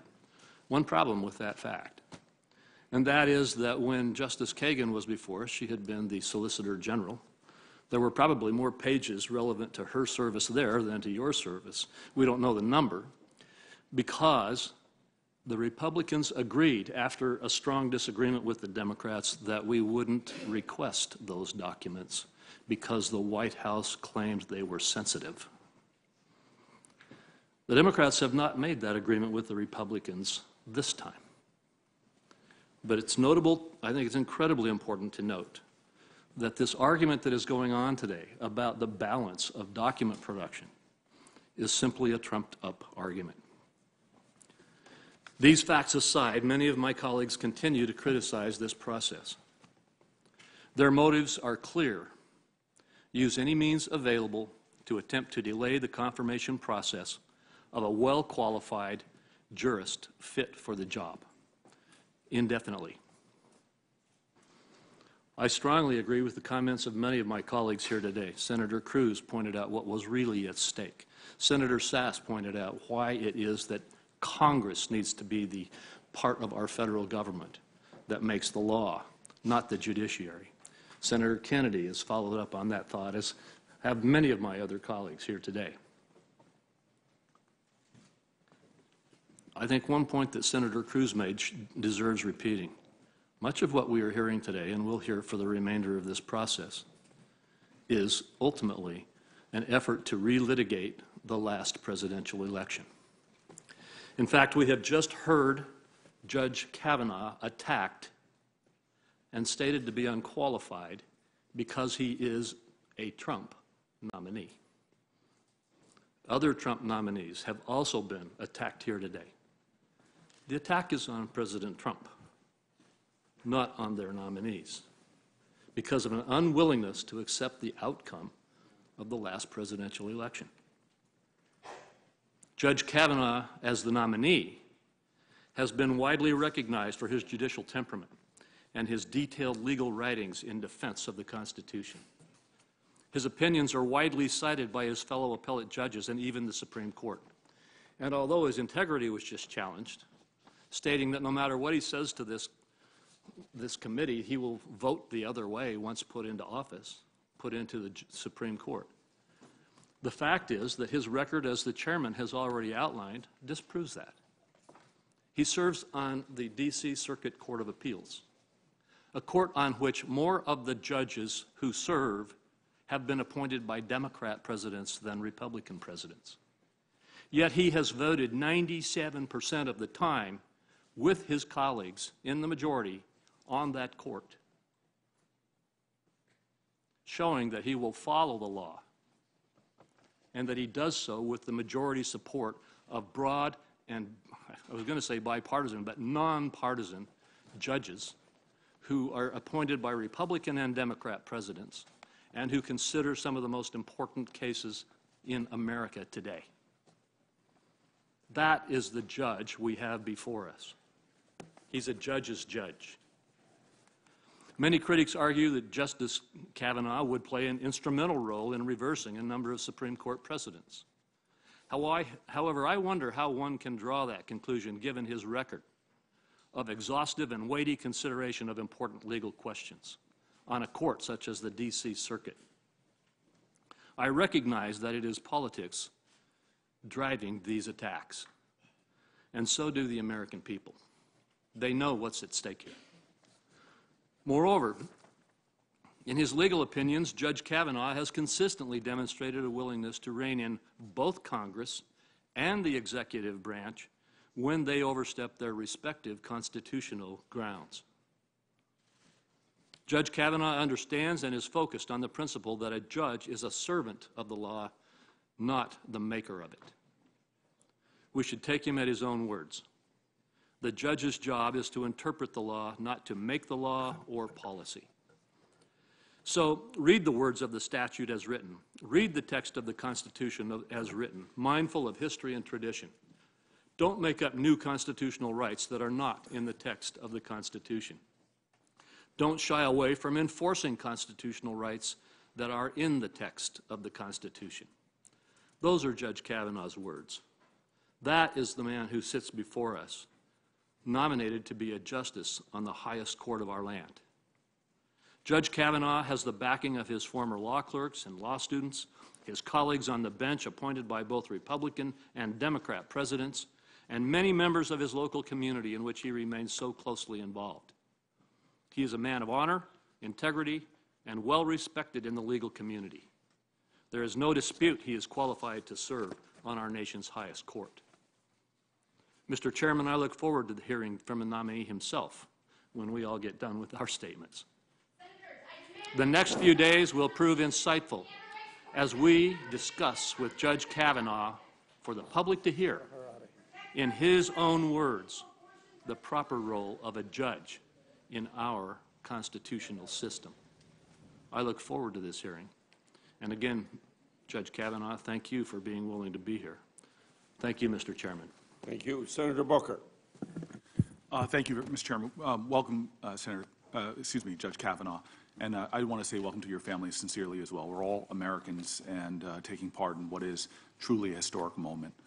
Mr. Chairman, Chairman Grassley, I hope you do not think earlier this morning that in any way I was questioning your integrity or your decency. I was appealing to it earlier before, and you have been conducting this hearing, giving myself and others the opportunity to at least speak and make our case. And even though you have not ruled in our favor, of which I'm disappointed, I do hope you understand that I value your friendship and frankly, some of the most valuable moments I've had in the Senate. I still remember shaking your floor and coming to agreement with you on criminal justice reform. I've come to have a deep respect for you, sir, so I hope you do not think I was doing that earlier. If you worry about our friendship being affected, it will not be. And that gives me an opportunity to say something to the public at large, and that is about this committee. You would think that Republicans and Democrats don't talk to each other, but I'd like to remind the public that when they think that happens, they ought to think of the record of this committee, not just this chairman, but this committee in the 3.5 years, and maybe even before I got to be chairman, but in the 3.5 years I've been chairman, every bill that got out of this committee has been a bipartisan bill. Proceed, Senator Roker. Thank you very much, sir. I appreciate that. It doesn't detract from the fact that I just fundamentally disagree with the way you've been concluding today. When I first got to the Senate, I was very fortunate that a lot of senior statesmen, yourself, Senator Hatch included, pulled me aside and gave me hard wisdom at time. Remember, I came to the Senate in a special election at a time that they were that we were changing some of the Senate rules. Senator Levin brought me aside and gave me a hard talking to. Senator McCain gave me a hard talking to. And all of them made similar points about this idea that sometimes you need to be as objective as possible and see how you would react if the pendulum was the other side swung the other way. In other words, they warned me that what goes around in this place comes around, and to really think that if the shoe was on the other foot. And I've been struggling with that, sir, with all honesty, of what would the Republicans be saying and what we would be saying if we had a Democratic president right now, a Democratic nominee right now, and this process was in the reverse. And I would like to believe how I would behave, and I'm pretty confident, I'd actually be a betting man, be willing to bet, that if the Republicans were being denied effectively about 90% of the documents about a person's public record, and I actually do believe that some of the analogies that are made to Justice Kagan and her Solicitor General time is not a fair analogy. This is a part of the nominee's history that he himself has said was one of the most formative times. And so I would not hire an intern in my office knowing only 90% of their resume. There's not a person here that would buy a home only seeing 90%, only seeing 10% of the rooms. I just believe what we're doing here, just on the objective view of fairness, is sincerely unfair, and it's insulting to the ideals that we try to achieve in this with some sense of comity and some sense of rules. But I want to go deeper than that. I'm trying to figure out what the jeopardy would be, if we just waited for the documents. Last night we had a document dump of tens of thousands of pages. Tens of thousands of pages.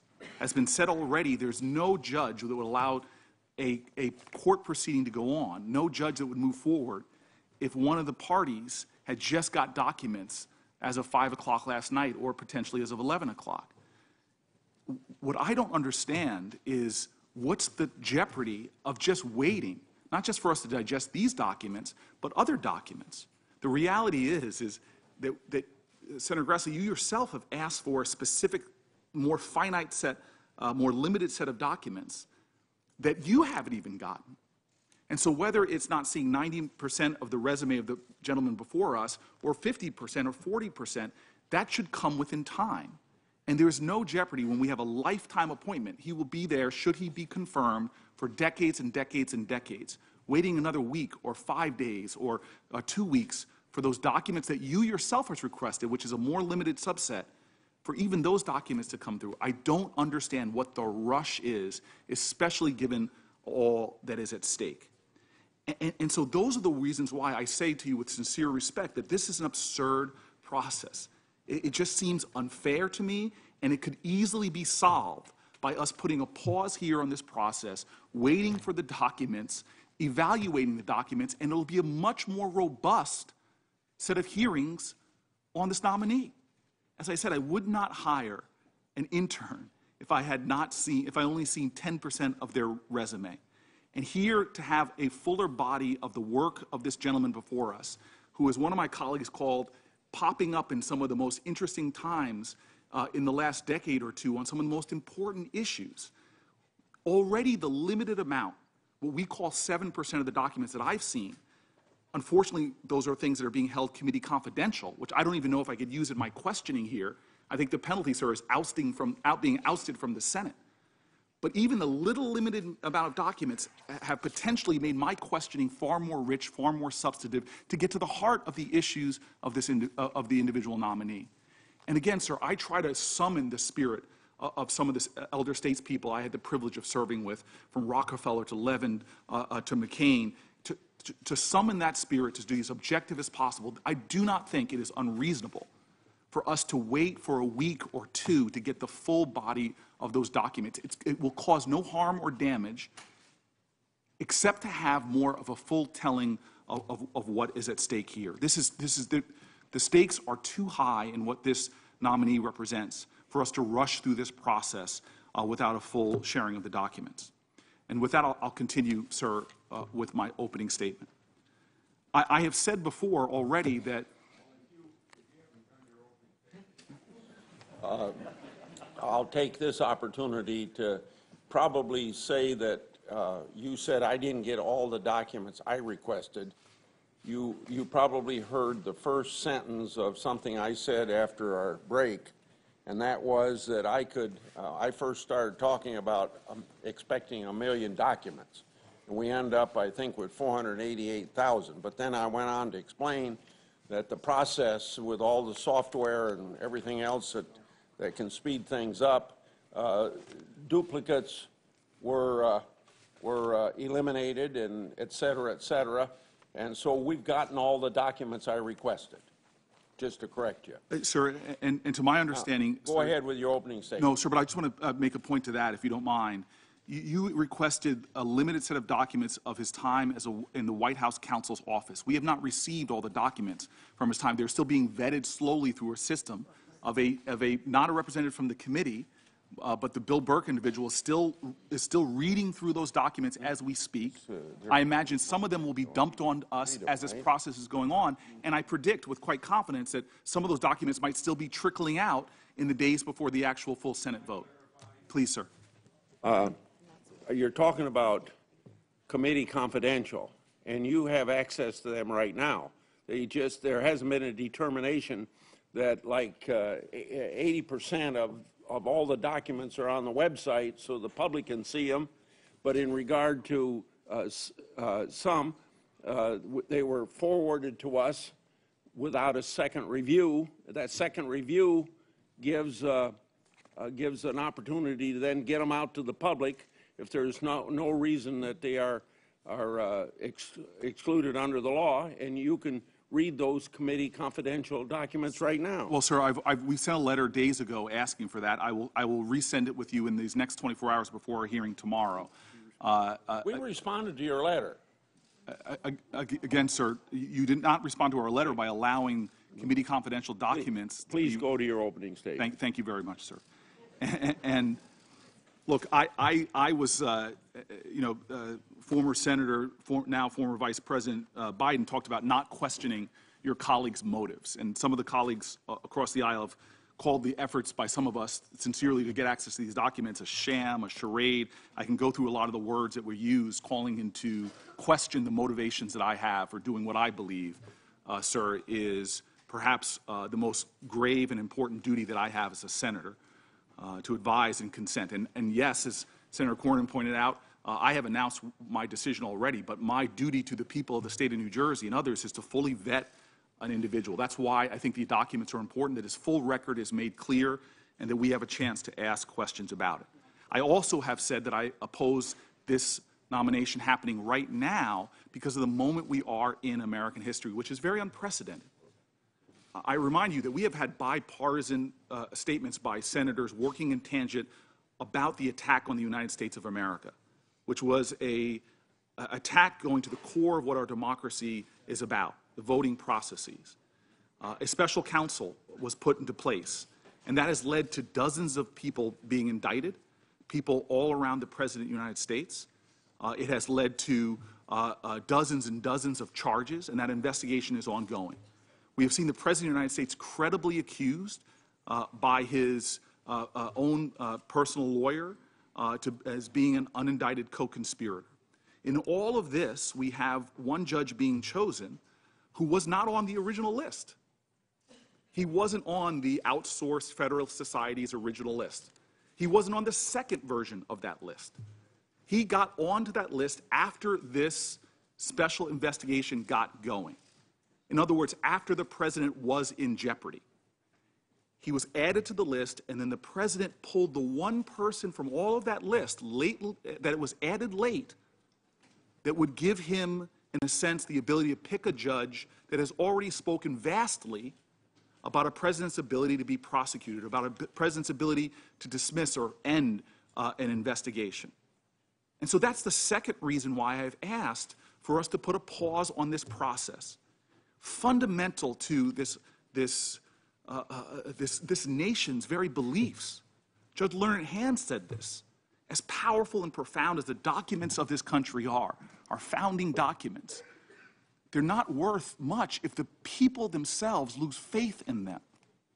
And I believe the nomination of a judge from all of this list so powerfully speaks to a president's de facto immunity from ongoing investigation prosecution will shake the faith that millions and millions of Americans have in the fairness of the process and the system. And I've asked Judge Kavanaugh time and time again to recuse himself, to restore that faith, to alleviate the concerns of Americans, and he has thus far refused to do so.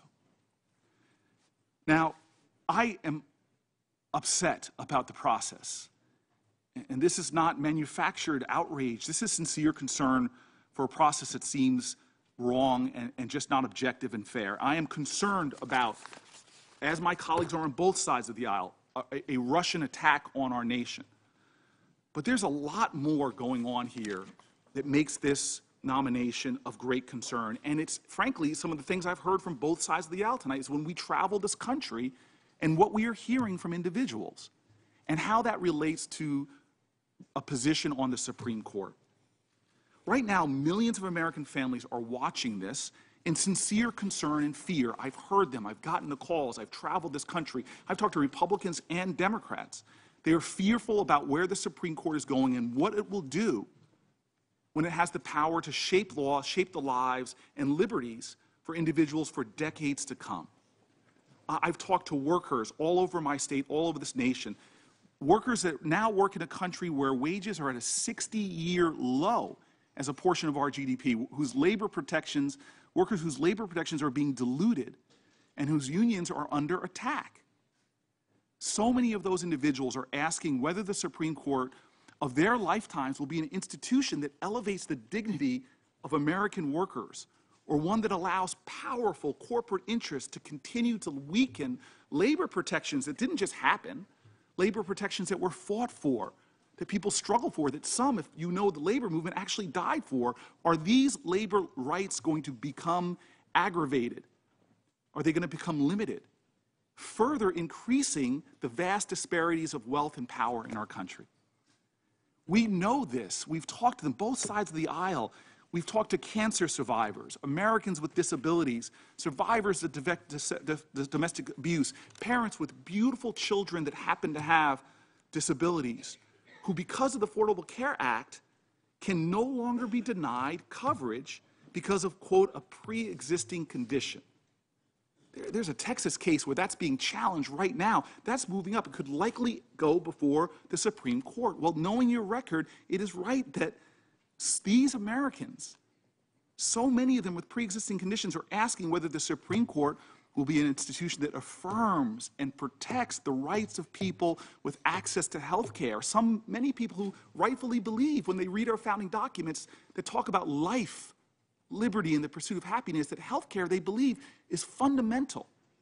We all know too many people who have set aside prescription drugs because they're too high, because of what corporations are doing there. People who have put off going to see the doctor because a visit is too expensive. That is in the balance with this nomination. I've gone across the state, and Senator Durbin, I don't know if I've told you this, I was in your state talking to a Republican farmer about how the farm country is changing so dramatically. The livelihoods of so many independent family farmers are being threatened by the consolidation of large multinational corporations. These corporations have acquired so much power. This consolidation now, from the seeds that they buy, the prices going up, to who they have the ability to decide to, this abuse of corporate consolidation is driving so many farmers out of business. You see, one farmer was telling me about the suicide rates. Now, people are saying that this is histrionics, this is not life or death. Well, I know these things actually are often a matter of life or death. When uninsurance rate goes up, when insurance rates go down, rather, more people without health care often lose their lives. There's not one senator on the Republican side or Democratic side who has not seen, I've only been here 5 years, and I've seen the culture of Washington change because of the obscene amount of dark money pouring into our political process, corrupting our political process, rigging the system. This this nomination will have an effect on that. I've seen Americans all over this country, it's the bipartisan work that I've done with senators on the other side who feel entrapped by a broken criminal justice system, one that is, we know, and unassailably disproportionately targets black and brown Americans. Where many Americans believe, and one famous American said, we have a system that now treats you better if you're rich and guilty than poor and innocent. These issues are in the balance now. And everyone who's concerned about these issues and more are wondering what the story of America is. We have this great leader, a man named King, who said the arc of the moral universe is long, but it bends towards justice. There are so many Americans who fought for these fundamental rights, who family members, who they remember, union organizers, civil rights activists, women's rights activists who fought for, struggled for, and died for many of these rights. The right for women to make their own medical decisions, including the right to an abortion and not a back alley butcher. The right of all Americans to marry who they love. The right to vote and to work free of discrimination regardless of race, and the rights of all Americans. These are our rights. These are our American rights. And so we know the answer to these questions. I've looked through the record I've had access to see the pattern of your decisions. And that's the pattern that really troubles me, Judge, and I know we're going to get a chance to go through this, and I know my colleagues will as well, but it seems so clear that in your courts the same folks seem to win over and over again. The powerful, the privileged, big corporations, special interests, and over and over again, the folks that lose are the folks that, why I came to Washington to fight, working folks, consumers, women, immigrants, minorities, the disadvantaged, the poor. This is the challenge before us. This is why so much is at stake. I love that my colleagues keep going back to the Constitution, but understand this, I laud our founders. I think they were geniuses, but you've got to understand that there are millions of Americans who understand that they were also flawed people. We're the oldest constitutional democracy. We're the oldest one. We were founded in a break with human events. You know this, Judge. I've read your writings. We were not founded on some kind of tribalism as much as we think it's breaking out in our country. We weren't founded because we all look alike, we all pray alike, because we're all the same race. We're not a monarchy, a theocracy. We broke with the course of human events and formed this nation. God bless America. God bless our founders. But we know our founders and their values and their ideals. We know that they were flawed. And you can see that in the documents. Native Americans were referred to as savages. Women were referred to as all. African Americans, blacks, slaves were referred to as fractions of human beings. As one civil rights activist, I think it was Stokely Carmichael, used to always say, constitute, constitute. I can only say 3/5 of the word. Senator Booker. But I'm almost done, sir. Okay, go ahead. I've got about 3 more minutes. The only reason I stopped you at this point is I thought that I would let people go at least as far as Senator Blumenthal went, and you have reached that point. But I appreciate that. I'm a bit of a trailblazer, sir. I'm going to push just 2 or 3 more minutes. Okay. My point, sir, is that I'm proud of this history. Your clock, when it reaches 10, is your 2.5 minutes. And I just want to point out right here, from the activism of Stonewall, Selma, Seneca Falls, there's an activism that I worry rights that were gained were rolled back. And the example I have here is there's an amazing activist here right now, Miss Carlotta Walls Lanier. And Miss Lanier, I thank her for coming today. It was 61 years ago on this very day, on September 4th, 1957, that Miss Lanier, at the age of 14, faced crowds that were shouting racial slurs. She was jeered. And on that day, Miss Lanier joined 8 other students, a group that would become known as the Little Rock Nine, to try to desegregate an all-white high school in Little Rock, Arkansas. We know what they did that day was much bigger than a first day of school. It was the first major test of the Supreme Court's landmark decision, the 1954 Brown versus Board of Education decision. I've been shocked sitting here that there are now some judges that Trump has appointed that refuse to even say, and I'm not saying this is you, sir, that that's settled law. There are people like Ms. Lanier who are part of gaining rights in this country, advancing the ideals of this nation towards the purity of the ideals put forth by the founders despite the imperfections. And now the fear and the worry is where the trend of the court is doing is rolling back those gains, is undermining that progress, is restricting individual rights, as the rise of corporations, the rise of dark money, the rise of the interests of the powerful and the privileged and the elite. And so I just say in conclusion, sir, I said this to you in a heart-to-heart moment in the last seconds that you came to my office to meet with me one-on-one, which I appreciated. I pointed to the map behind my desk, which is the Central Ward of Newark, New Jersey, a place with mighty people. It's a low-income community, people still struggling for the fullness and the richness of the promises of America. That's the concern that I have right now. That is what is at stake. And so I say in conclusion, sir, this to me is a profound and historical moment. I cannot support your nomination, not just because of the body of your work, but also the perverse process by which this comes forward.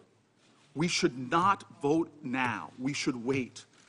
And if we're not waiting, we should object to your nomination. Thank you. Senator Tillis. Thank you, Mr. Chairman. I have a 12-minute preamble and 18 minutes of comments. In all seriousness, I hope to beat Senator Flake in being brief. First off, to Ashley, I know that Margaret and Liza are gone, but you've gone through a very difficult day, and you've held up well. To your parents, Judge Kavanaugh, I've got to compliment you on your mother's composure. I'm pretty sure my mother would have been out of the chair by now. So I appreciate all that you've done. You've obviously raised your son right. You know, I think we need to go back and recognize we were going to be here. This wasn't going to be a kumbaya moment. We had every member on this committee either publicly state or participate in a press conference before the sun had set on the first 24 hours of your nomination that they were going to vote against you. Now we're asking for all kinds of documents, and you're getting them. As a matter of fact, I think that the chair has done an extraordinary job. He started out on this process by acquiring as many as 1 million documents. We determined because of duplication and relevance, it was only 500,000. And they've all been provided. And I'm not an attorney, but I am a technologist. And I'm also a process person. And I know damn well that if you get documentation electronically, you can get through it in a matter of hours. And for the documents that got sent yesterday, you could get through it in a matter of hours. They have plenty of time to get documents that they only need to run up the score because they already know they're going to vote against you. I also want to compliment you on your composure. You've taken a lot of notes. And I, for one, tomorrow are going to spend more of my time listening to your responses rather than talking over you and try to simplify things into yes, no, or answers that you know you can't respond to. So I look forward to your testimony tomorrow. As the hearing was going on, there were two things that just caught me. I'm not doing my prepared statements. I'll submit them for the record, Mr. Chair, but we're talking about all this dark money and efforts going on the other side. Well, I just got an email from Organizing for Action. Y'all would know that as the legacy campaign of President Obama, telling me to oppose you because you're going to deny reproductive rights, deny health care coverage, advance climate change in a bad way, and end gun violence prevention. I don't know near as much about the institutions of government as, let's say, Senator Sass, but I'm pretty sure once you get confirmed on the bench, you're not going to be able to file a bill to do any of that. What you may end up doing is finding out that we got lazy, we didn't work hard enough, we didn't understand the Constitution, we didn't reach across the aisle to create enduring value, which is largely the reasons why people get frustrated with you. They want you to do our job. Justice Gorsuch said numerous times in his confirmation hearing that I had the privilege of participating in, it's not my job to do your job, Mr. Senator. If you're frustrated and worried about the prospects of somebody being denied coverage for pre-existing convictions, then let's fix it. That's why I filed a bill a couple of weeks ago. Let's fix it. Don't play politics and blame the Supreme Court for your inadequate architecture of a bill. Let's fix it.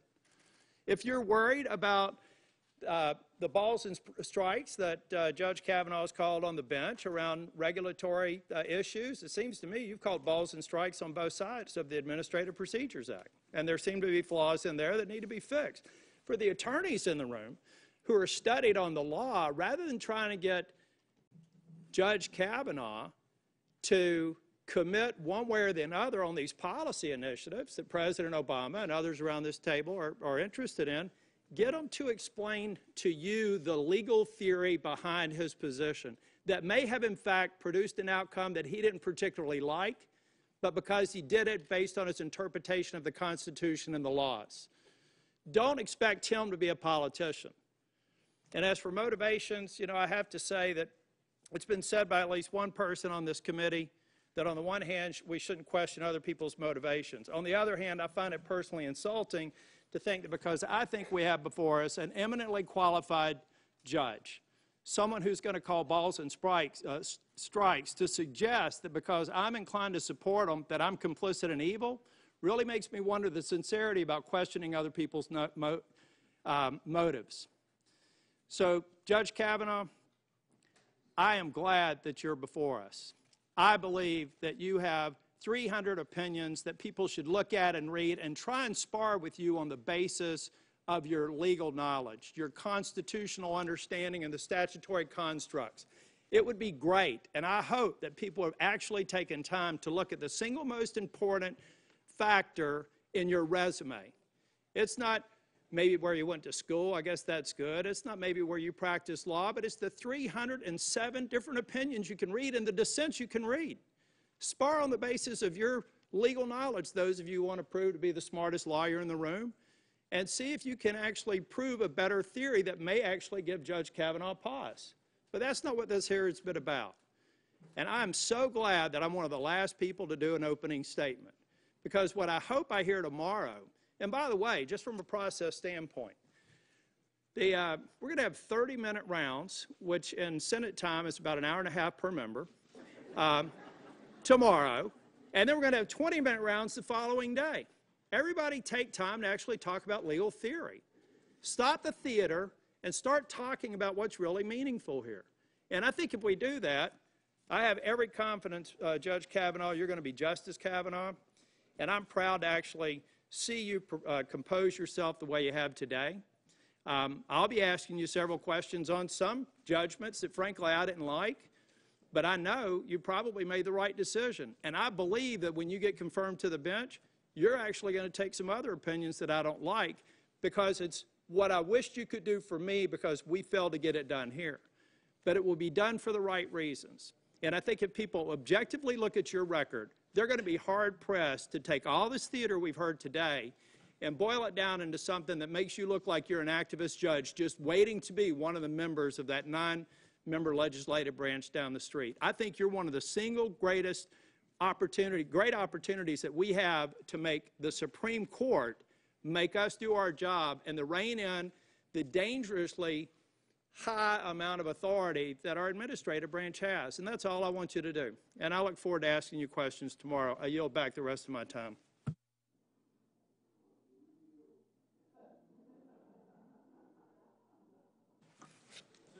I see Senator Graham has rejoined us. I think he was here before me. He's more senior. Okay, great. So I thank you, Mr. Chairman. I'd like to restate my objection from earlier for the record, which is my motion to postpone this hearing. A number of comments have been made by my honored and respected colleagues. I'd like to address a few of them. One, there was some mention of a concern about Elena Kagan's hearing, and that the White House at the time, there was an agreement that those certain records are sensitive and should therefore not be disclosed. It's my understanding that as a point of distinction between that time and today, that those were active cases in the White House, and for that reason there was an understanding and agreement that they were of a sensitive nature and should not be disclosed. In terms of the point that has been made about playing politics and blaming the Supreme Court, I think that we have to give pause when those kinds of concerns are expressed to also think about the fact that there have been many a political campaign that has been run indicating an intention to use the United States Supreme Court as a political tool to end things like the Affordable Care Act, the Voting Rights Act, and campaign finance reform, which makes this conversation a legitimate one in terms of a reasoned concern about whether this nominee has been nominated to fulfill a political agenda as it relates to using that court and the use of that court. As it relates to the 42,000 documents, or 42,000 pages of documents, I find it interesting that we get those documents less than 24 hours before this hearing is scheduled to begin, but it took 57 days for those documents to be vetted before we would even be given those documents. So there's some suggestion that we should be speed readers and read 42,000 pages of documents in about 15 hours, when it took the other side 57 days to review those same documents. So the logic, at least on the math, is not applying.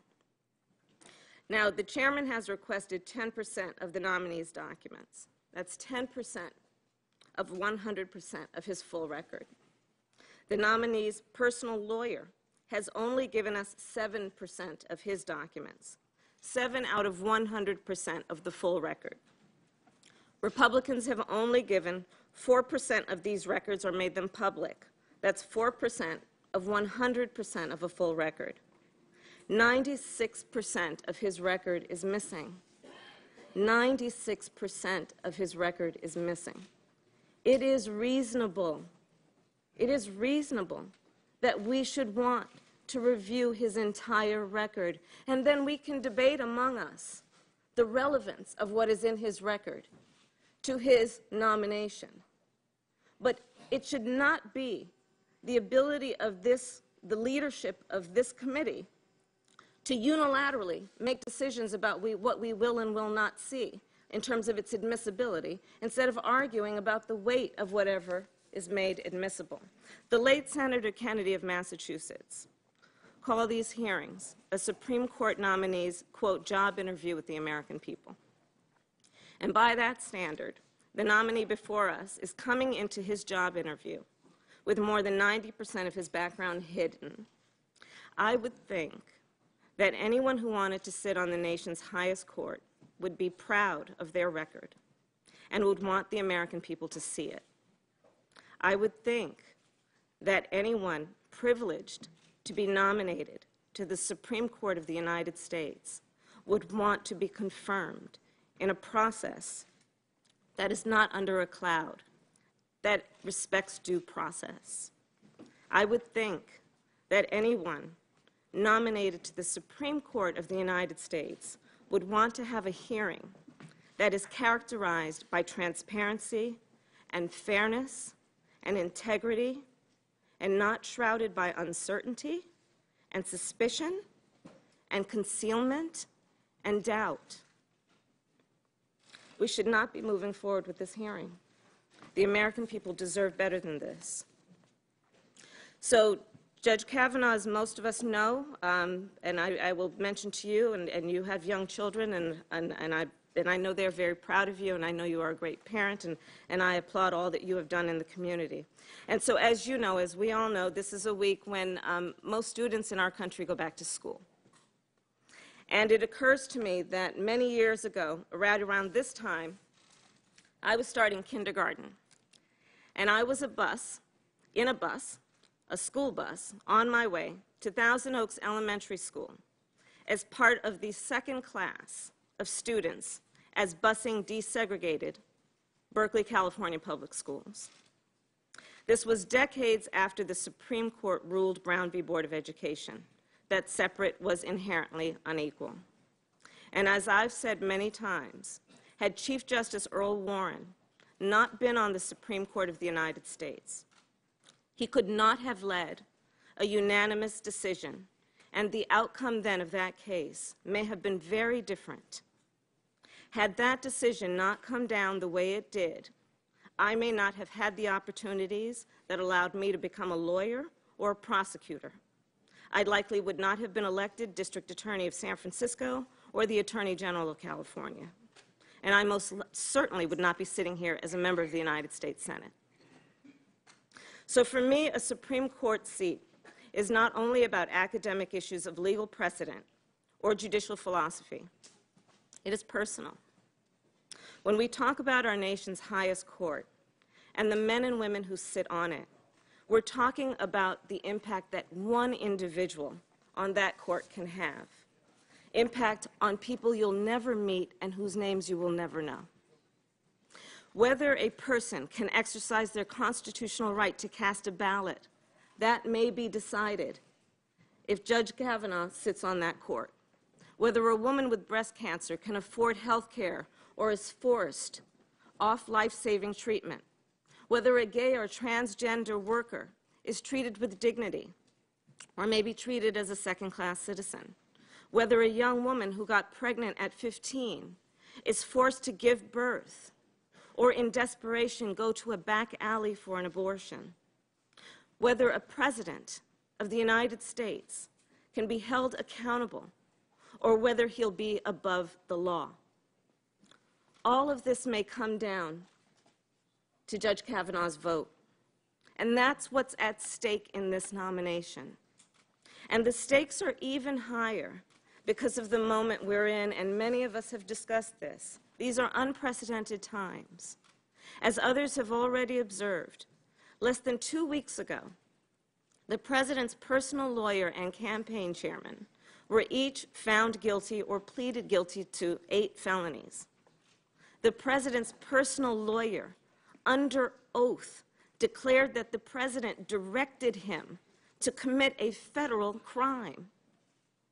Yet that same president is racing to appoint to a lifetime position on the highest court in our land, a court that very well may decide his legal fate.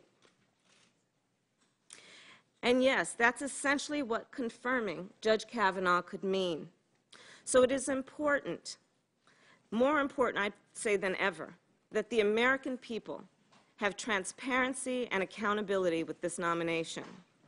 And that's why it is extremely disturbing that Senate Republicans have prevented this body, and most important, the American people, from fully reviewing Judge Kavanaugh's record and have disregarded just about every tradition and practice that I heard so much about before I arrived in this place. Judge Kavanaugh, when you and I met in my office, you said, with respect to judicial decisions, that rushed decisions are often bad decisions. I agree with you. I agree with you.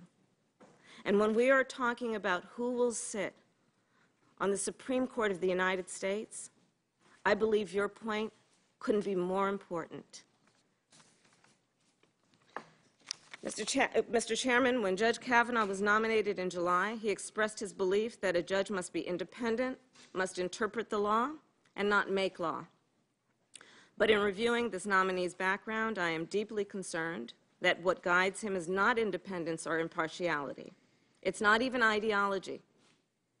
I would suggest it is not even ideology. What I believe guides him and what his record that we've been able to see shows is what guides this nominee is partisanship. This nominee has devoted his entire career to a conservative Republican agenda, helping to spearhead a partisan investigation into President Clinton, helping George W. Bush's legal team ensure that every vote was not counted in Bush v. Gore, helping to confirm partisan judges and enact partisan laws as part of the Bush White House. And in all of these efforts, he has shown that he seeks to win at all costs, even if that means pushing the envelope. And if we look at his record on the D.C. Circuit, and in his recent writings and statements, it is clear that the nominee has brought his political bias to the bench. He has carried out deeply conservative partisan agendas as a judge, favoring big business over ordinary Americans, polluters over clean air and water, and the powerful over the vulnerable. Just last year, Judge Kavanaugh praised the dissent in Roe v. Wade and ruled against a scared 17-year-old girl seeking to end her pregnancy. He has disregarded the Supreme Court precedent to argue that undocumented workers weren't really employees under our labor laws. We have witnessed horrific mass shootings from Parkland to Las Vegas to Jacksonville, Florida. Yet Judge Kavanaugh has gone further than the Supreme Court and has written that because assault weapons are, quote, in common use, Assault weapons and high-capacity magazines cannot be banned under the Second Amendment. When he was part of an independent counsel investigation into the Democratic president, the nominee was dogged in demanding answers. And yet, he has since changed his tune, arguing that presidents should not be investigated or held accountable, a position that I am sure is not lost on this president. These positions are not impartial, they are partisan. Judge Neil Gorsuch, Judge Kavanaugh's classmate, insisted before this committee that judges are not merely, quote, politicians in robes. I fear that Judge Kavanaugh's record indicates that is exactly what he may very well be. Now, I know members of this committee and the nominee's friends and colleagues have assured us that he is devoted to his family and supportive of his law clerks and volunteers in his community, and I don't doubt that at all. But that's not why we are here. I'd rather that we think about this hearing in the context of the Supreme Court of the United States and the impact it will have on generations of Americans to come. And do we want that court to continue a legacy of being above politics and unbiased? Or are we prepared to participate in a process that is tainted and that leaves the American public questioning the integrity of this process? And I'll close by saying this. We have a system of justice that is symbolized by a statue of a woman holding scales, and she wears a blindfold. Justice wears a blindfold because we have said in the United States of America, under our judicial system, justice should be blind to a person's status. We have said that in our system of justice, justice should be blind to how much money someone has, to what you look like or who you love, to who your parents are and the language they speak. And every Supreme Court justice must understand and uphold that ideal. And, sir, should those cases become before you, Judge Kavanaugh, I am concerned whether you would treat every American equally or instead show allegiance to the political party and the conservative agenda that has shaped and built your career. I am concerned your loyalty would be to the president who appointed you and not to the Constitution of the United States. These concerns, I hope you will answer during the course of this hearing. I believe the American people have a right to have these concerns. I also believe the American public has a right to full and candid answers to the questions that are presented to you during the course of this hearing. I will be paying, of course, very close attention to your testimony, and I think you know the American public will be paying very close attention to your testimony. Thank you. Senator Graham. Am I the last person? Yes. All right. But don't forget, we're going to hear from the nominee and his introducers before you can go home and go to bed. Okay, thank you. I was going to ask you to take me to dinner, but that's not going to happen. You know the answer to that. You know that, that's right. So, to my colleagues on the other side, look forward to working with you, but we have a different view here. I think you got to be blind as to what's going on here. Have you heard of Justice Breyer? Do you know him? You can't say anything, I guess. Where did he come from? He was Ted Kennedy's Senate Judiciary person. Chief of Staff. Where do you think Republicans are going to go find a judge? The whole argument is you can be a conservative Republican president, but you got to nominate a liberal to be fair to the country. That's absurd. Where do you think Ruth Bader Ginsburg came from? She was the general counsel of the ACLU. Wonderful person. What groups do y'all use to pick from? This is shaping up to be the hypocrisy hearing, and that's hard to do in the Senate in today's time, to be hypocritical. But let me just point to a few of these things. Clinton. It didn't bother anybody for Clinton to nominate Breyer while he was under investigation. We actually did it. It didn't bother any of y'all that Ted Kennedy, staff person, was his pick. It didn't bother me either, because that's who I expect you to pick. This is ridiculous. You're one of the best choices any Republican could make. As I said with Justice Gorsuch, I am glad you're here because there were days I'm wondering who he would have picked. And this is a home run from my point of view. Let's talk about Roe v. Wade. Who would ever play politics on the campaign trail with Roe v. Wade? What a bastard Donald Trump is. Until you hear about Hillary Clinton. February the 3rd, 2016. Here's what Hillary Clinton said. When asked, does she have a litmus test for SCOTUS nominations, Supreme Court nominees? I do have a litmus test. I have a bunch of litmus tests because the next president could get as many as 3 appointments, and I hope she's right. We've got to make sure to preserve Roe v. Wade, not let it be nibbled away or repealed. She sounds very open-minded. October 2016. We need a Supreme Court that will stand up on behalf of women's rights. It is important that we not reverse Roe v. Wade. I want a Supreme Court that will stick with Roe v. Wade and a woman's right to choose. I understand where she's coming from. Anybody running for president over there, I dare you to disagree with her. You will wind up like I did, getting 1%. If you even suggest that you will pick a nominee that's not going to uphold Roe v. Wade, that's the end of you. But you figured that out. You don't need me to tell you. So this is the way we do politics. This is a big decision called Roe v. Wade. There are 2 sides and a bunch of nuances. Here's what I know about you. You're going to take it as president. You wrote a big book, which I will never read. And you're going to tell us what it takes to overturn longstanding precedent. Nobody on this side will care if you overturn Citizens United. Matter of fact, they will cheer you on. Somebody will challenge Citizens United, and you'll probably say, let me hear both sides of the story, then I'll tell you whether or not I should uphold it. Hillary Clinton, we know where she's at on Roe v. Wade, and that's just the way it is.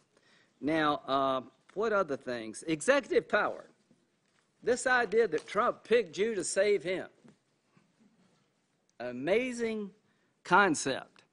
Since you said what you said back in 1998 and 2008, the bottom line is when Clinton was being impeached, my good friend, and this is true, he is my good friend, on February the 12th, 1999, introduced into the record during the deliberations of the Clinton impeachment trial an article by Brett Kavanaugh suggesting that you should wait, if there is an indictment, until after the president is out of office.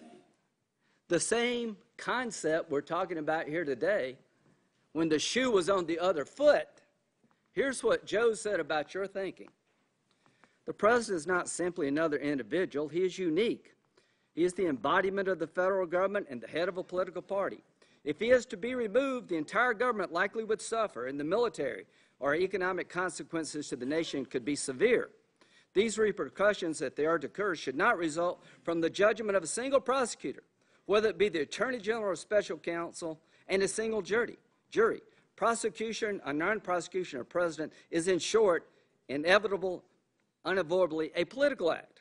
Thus, as the Constitution suggests, the decision about the president while he's in office should be made where all great national political judgments in our country should be made in the Congress of the United States, according to Joe Biden, the gift that keeps on giving for us. I think that's pretty hypocritical. During the Clinton days, you were right, but all of a sudden you're a danger to the republic. Let's talk about, there's so many. How many minutes do I have here? The bottom line is... Don't exceed what White House. I will not. That'd be impossible. Guns. Somehow you're going to make sure that Congress, the bottom line on guns, Dianne Feinstein's a wonderful lady and has passion on this issue about assault weapons. She was able to succeed politically. After 10 years, the gun assault weapons ban expired, and it's been hard to get it reestablished. She introduced legislation in 2013 that got 60 no votes, 16 Democrats. So I don't believe they see you as a threat to the nation if you come out on the idea that the Second Amendment has some meaning. In other words, the political process when it comes to guns is a work in progress, and I'd rather us decide that than you. When it comes to the pillar of virtue, Comey.